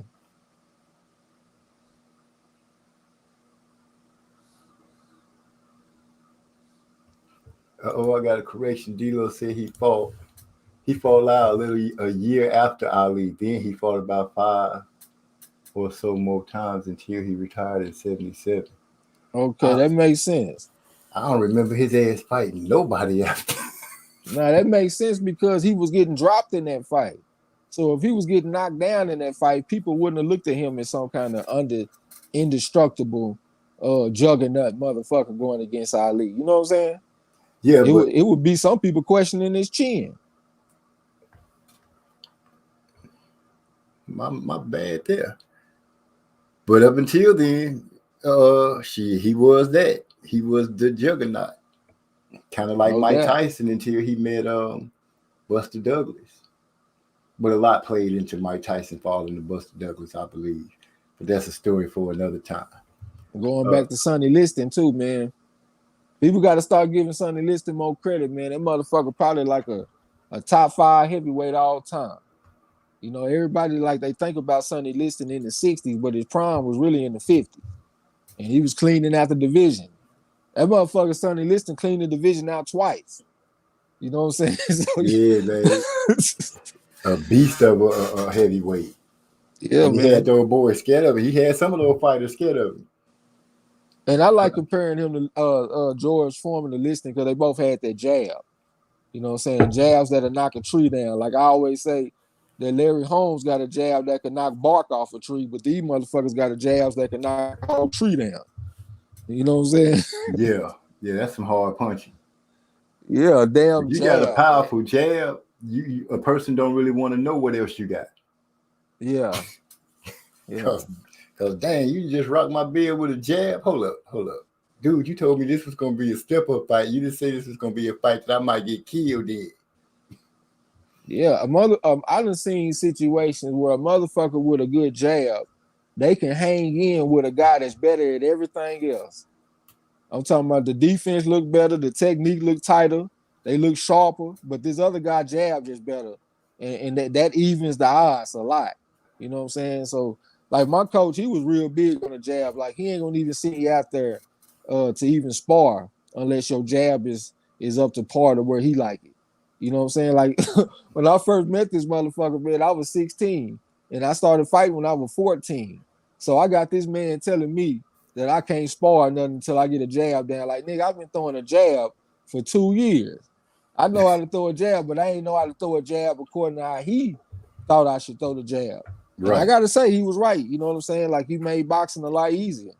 So, yeah, I'm a firm believer in that, man. If it's a young fighter, like I know I don't have any kids. A lot of y'all have kids. So if y'all have sons and y'all want to put y'all sons in boxing, always make sure that they with a coach that put the emphasis on the jab, because that just make boxing so much easier. Oh shoot, all my children past the sports years. Yeah, so I go tell my son, "Come on, son, we finna go boxing." He gonna look at me and be like, "Dad, what are you talking about? that is not happening." My son in his 20s. I talk about going to a ring to box. He might put a pillow over my head at night. Yeah. What the hell you talking about, old man? Let me get on saluting to Warzone. God dang, that just jumped on me like that. Brad Pitt. I'm gonna just jump down because most of them is conversation. He rematched Frazier after the Ali fight. Hot Mike is in the house again. Trey, now you know Triple G is too overrated. That's a what? Perception. The perception and of the machine. I guess that's what he's saying. That's behind him. Come on. Now, G Dog, I appreciate you even putting your opinion out there like that. I feel you, G Dog. I think he agreeing with me. Like, yeah, that motherfucker overrated, bro. And they put him up in the same class as Bernard Hopkins and shit like that. You know what I'm saying? Like, no. Because, you know, they say he got like 20 title defenses. You know what I'm saying? So they tried to put him up there with Carlos Monzon and all them kind of guys. Like, nah, absolutely not. That's why it's important that we tell the truth on these fighters on YouTube. You know what I'm saying? Yeah, you got to, because, you know, the average person to run around and be telling a lie from something that the ESPN gave them. Like when they tried to erase that loss for Lomachenko, I just couldn't understand that at all. Yeah. And people were going with it. I was like, dang, ESPN got a counting problem because Lomachenko had lost and they had put it as a draw. Yeah, man, and that's one time I was upset with Crawford because they showed him that they was willing to lie so they could put Lomachenko above him. Like they didn't have to have Lomachenko ranked number one. They had a perfectly good fighter in Terrence Crawford that they could have said was number one pound for pound. But instead of doing that, they would rather lie so they could promote Lomachenko. And also, I didn't like the fact how Teddy Atlas, he had Andre Ward and Terrence Crawford standing side by side, and he told them both to their face that Lomachenko was ranked ahead of them pound for pound. And they had to just sit up there and just take that shit and look like some damn fools. I didn't like to look at that. You know what I'm saying? Right. And they didn't have to stand there and take it. You know, if they really was about their square, they could have said whatever they needed to say to correct that. What they gonna do? Snatch him off the TV right then and there? No, it's too late. Ali would have said what he felt. That's the thing about him that I really like. Hate to say it, but Floyd Mayweather was one that would say in a minute, you know, he had changed that whole narrative. If you say something off the wall, he'd be like, oh, hell no. Yeah. You got me thinking about the Brian Kenny interview right now. Yeah, he straight went off. Man, what? Wait a minute. I don't know who you think you're talking to or who they told you was talking to, but right now you talking to me. I'm the best at whatever. And for them to let him get away with that, yeah, you're right. That was not a good look. Because they could have opened their mouths and been like, man, come on, man. Stop that. You know better than that. And roll down their accolades. Teddy Atlas ain't never did nothing but stand on the side of the ring. Yeah. Well, D-Lo said, listen, cleaned out the whole division while being blackballed for a title shot. Yeah, man, and that's something that I see very frequently because, I like reading the boxing books and stuff, you know what I'm saying? So when I read the Ezra Charles book, that's basically what they said about him. He cleaned out the whole light heavyweight division. I'm talking about both sides of the street, from Joy Maxim all the way to the Black Murderers Road fighters that was in California. And but he didn't get a shot at Gus Lesnovich. That was the light heavyweight champion, you know what I'm saying? So he cleaned out the division, but he got blackballed. Same thing with Charlie Burley at 147. And it was crazy because the other day I had this guy, I ain't gonna even put him out there, but he had made this list and he was talking about the top welterweights of all time. You know what I'm saying? He had like a top 10 list. And he had Fritz Zivic at like number 5 on the list. And he also had Coco Kidd on the list. I think he was like number 6 or something like that. And I was like, man, it's a shame that Charlie Burley didn't get the opportunity to be on that list. You know what I'm saying? Because he got wins over Coco Kidd, and he also was 2-1 over Fritzy Zivic.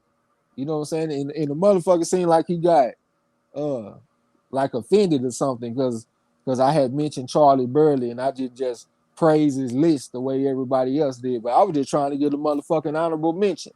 So even all these years down the line, they still don't be wanting some of these fighters to get they just due or get their flowers, like they like to say today. You know what I'm saying? Right. But our heroes aren't heroes until they die, and then that's when the rest of America love them.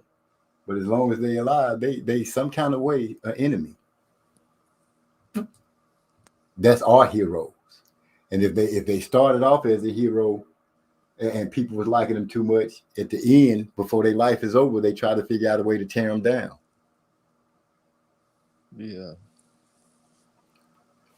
So that's just keeping it real. People don't ever fool yourself and think that racial divide is gone, because it's not. And I'm not preaching hate or anything like that, but as long as I've been living, I've come across that divide plenty of times.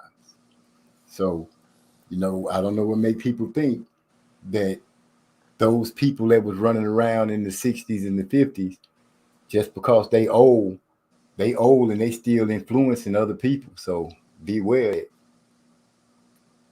Yeah, but I always say shit like that don't dissipate, it just evolves. You know what I'm saying? So like if you ain't really just in tune on what's going on, you might not see it.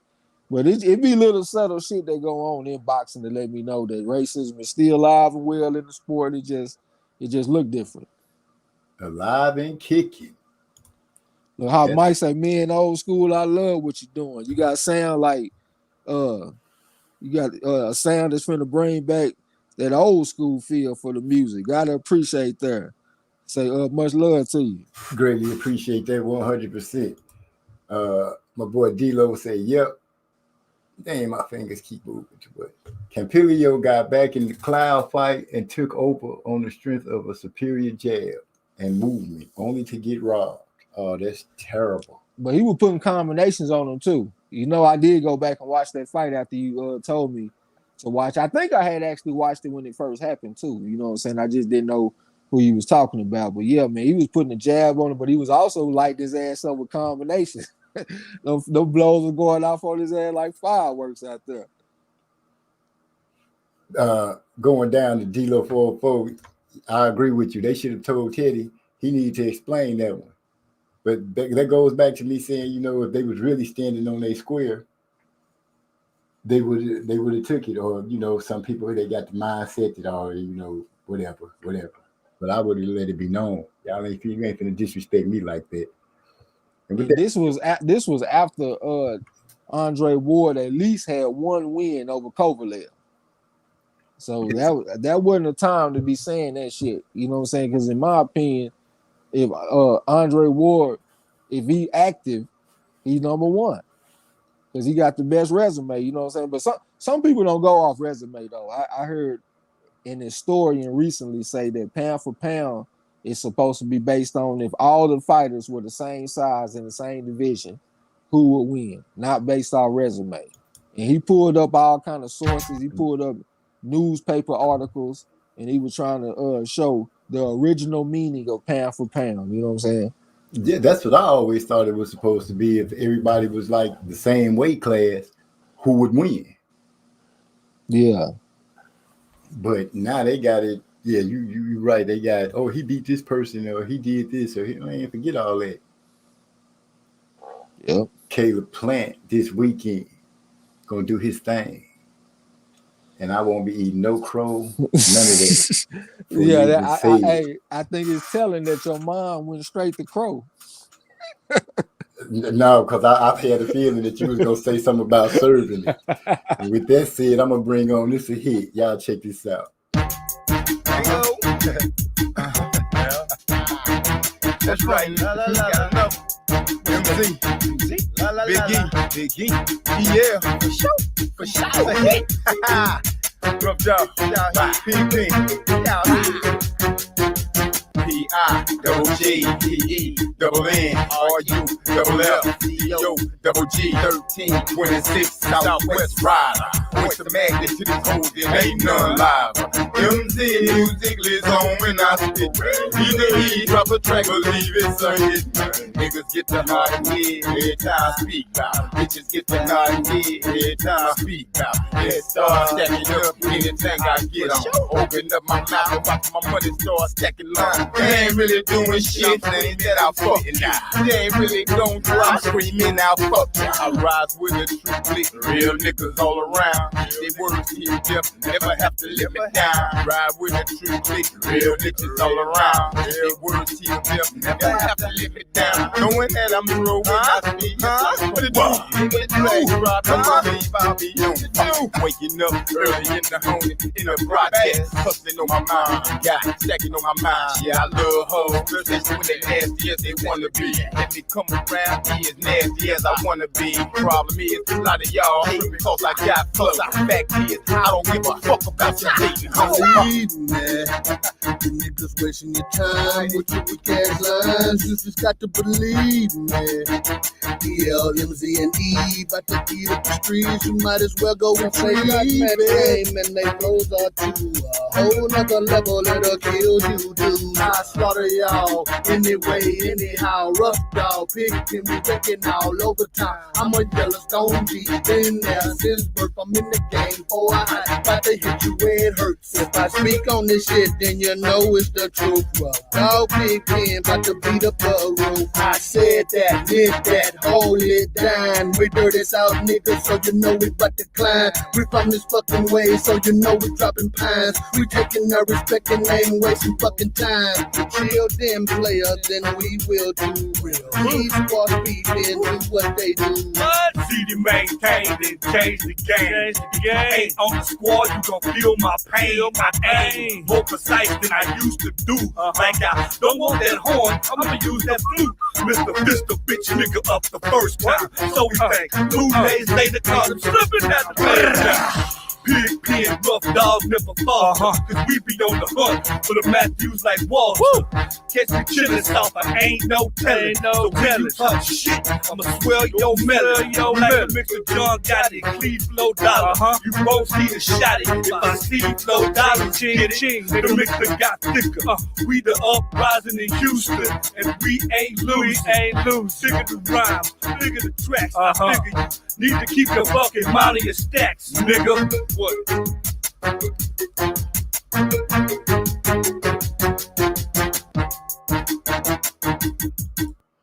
Man, that was called It's a Hit. Remember, you heard it here first on MZ Talks Boxing. Look like we lost our boy Trey X. But, you know, let me go ahead and try to get the rest of the reading out because we're getting close to time to wrapping it up because I don't want to hold my family. You gentlemen, as fine as you are, from anything important you might have to do. Oh, wait a minute, ladies and gentlemen. Yours truly, the man that can call a whale from water, a frog from water, and have him listening to the fight, Trey X. Yeah, I'm back, man. I had to go get some grapes and shit real quick. Some grapes? Yeah. Okay, I can't even laugh at you. I'm drinking some grapes. Yeah, okay, he said that. Mike Hot Mike said, oh, okay, talking to D-Lo. Okay, Floyd said, former pound for pound, number one. Ain't no former, I am number one, please. Yeah, that's when he was going off on old boy. Yeah, Brian Kenny. Teddy Atlas is borderline senile with some of the stuff he be saying. Yeah, I agree. That's coming in from Warzone. Hot Mike, that's mostly conversations going on. Trey X from D-Lo 404 Boxing. I had a horrible night Saturday, so I missed the fight card, but I caught it to playback Sunday morning. Great job. Oh, yeah, appreciate that shit, bro. You got your frogs in your wheels right now. Hey, and another thing, I'm ranked number 2 on the Champ Ross. I'm talking about in the overall standings. I'm ranked number 2 behind some dude named Keyshawn Rosado or something like that. So I'm putting them picks on the motherfucker too. And I'm trying to come back with something this week. Man, so your picks this ain't a good time to be going against your boy Trey X OG. I'm trying to tell you. Man, your pick's gonna be wrong as motherfucker this weekend. You gonna come back talking about, damn OG, you told me. And I'm like, hey, here's crow sandwich. I cut the corners off for you. So have at it. I ain't got nothing but a cook-off for you when I come through. Yeah, I'm going to find me a meme so I can paste it on here like the R. Kelly face. That's exactly what's gonna be going on. You gonna have that crying Jordan face. This boy Canelo get his ass pieced up. No. Yeah, you right. When Canelo get pieced up, you sure right. Oh, that's what I said? That's exactly what you said. When Canelo get pieced up. When Canelo, so there you heard it, ladies and gentlemen, right here on MD Talks Boxing. Damn, inside Trey X. I hope that wasn't no Freudian slip. That's what it was, baby. The truth then came out. Don't it feel good? Don't it feel good to know that you saying that Canelo was finna lose? Damn, I guess I'm set free. Hey, Yeah. D-Lo said he saw that I was number 2, so he can corroborate that I'm over there putting them paws on them boys on the Champ Ross. I feel you, but this weekend gonna be something different. Yeah, I'm saying it loud and proud. Caleb gonna do his thing, baby. Caleb gonna do his sweet hands, do your thing, baby. I'm gonna be sweating and throwing I ain't gonna be throwing nothing. I'm being here pumping the jab as best I can with this old raggedy arm. Well, like I said, I did change my pick from knockout to the distance. I think Canelo gonna win UD. Because like I said, I went back and I watched the Miguel Cotto fight with Canelo.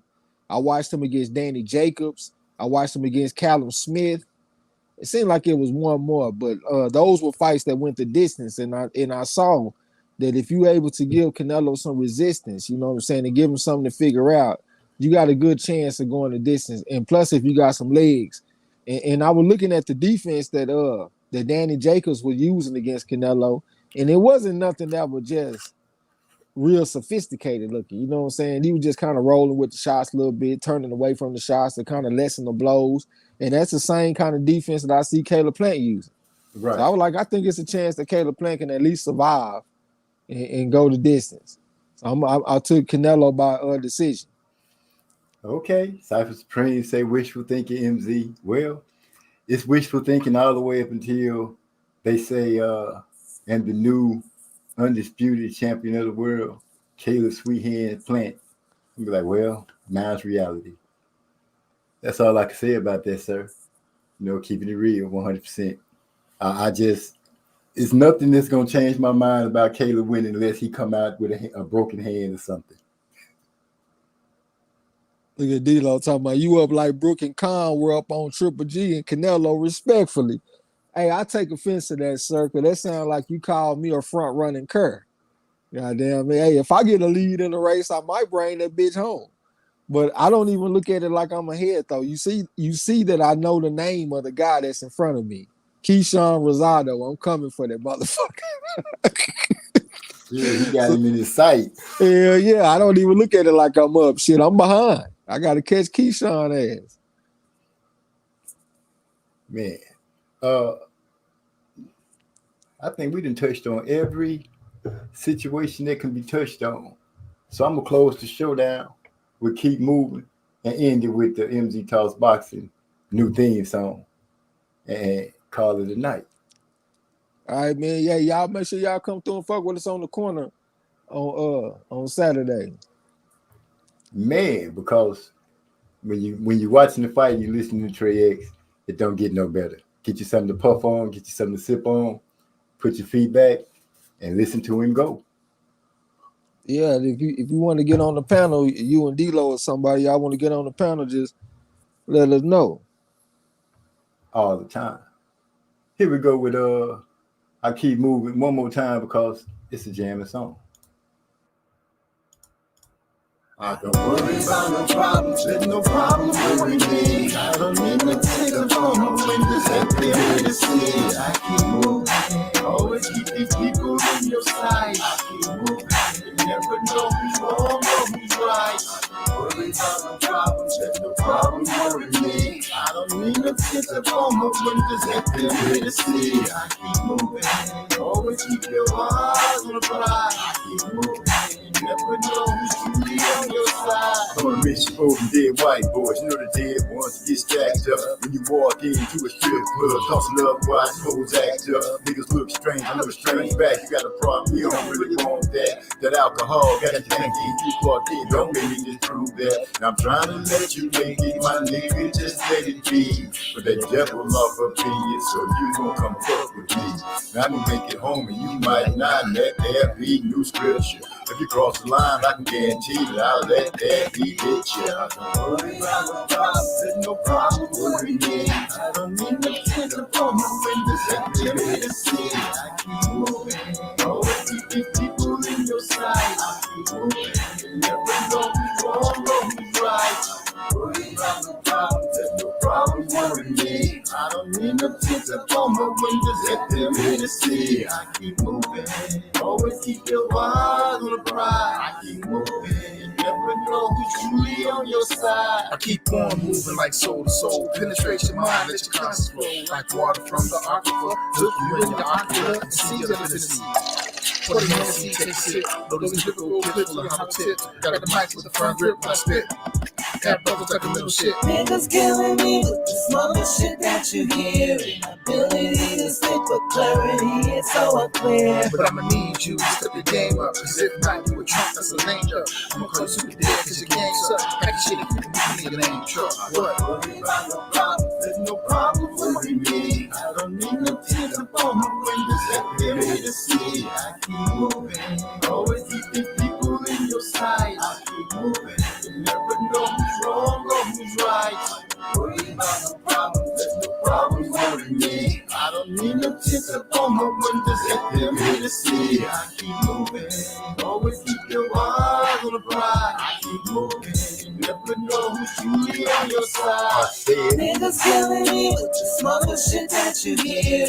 Ability to spit with clarity, it's so unclear. I said niggas be talking crazy, hold up, don't make them wait. I don't chase after hoes, I already made change. Okay, let's get that straight. Back to the grill, when these niggas got beef, yes man, gon' bring your stage. By the time you realize we got a problem, then it's too late.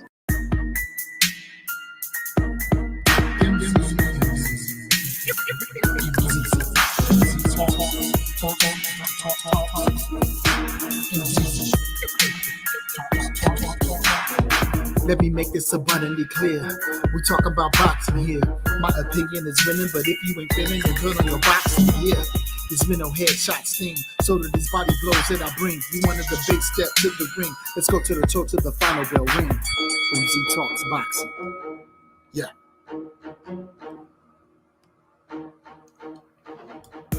I want to thank everybody for coming through. I appreciate you. And if you've been here before, thank you for coming again. And if it's your first time, hey, go and hit that subscribe button and come back and kick it with us again. Peace.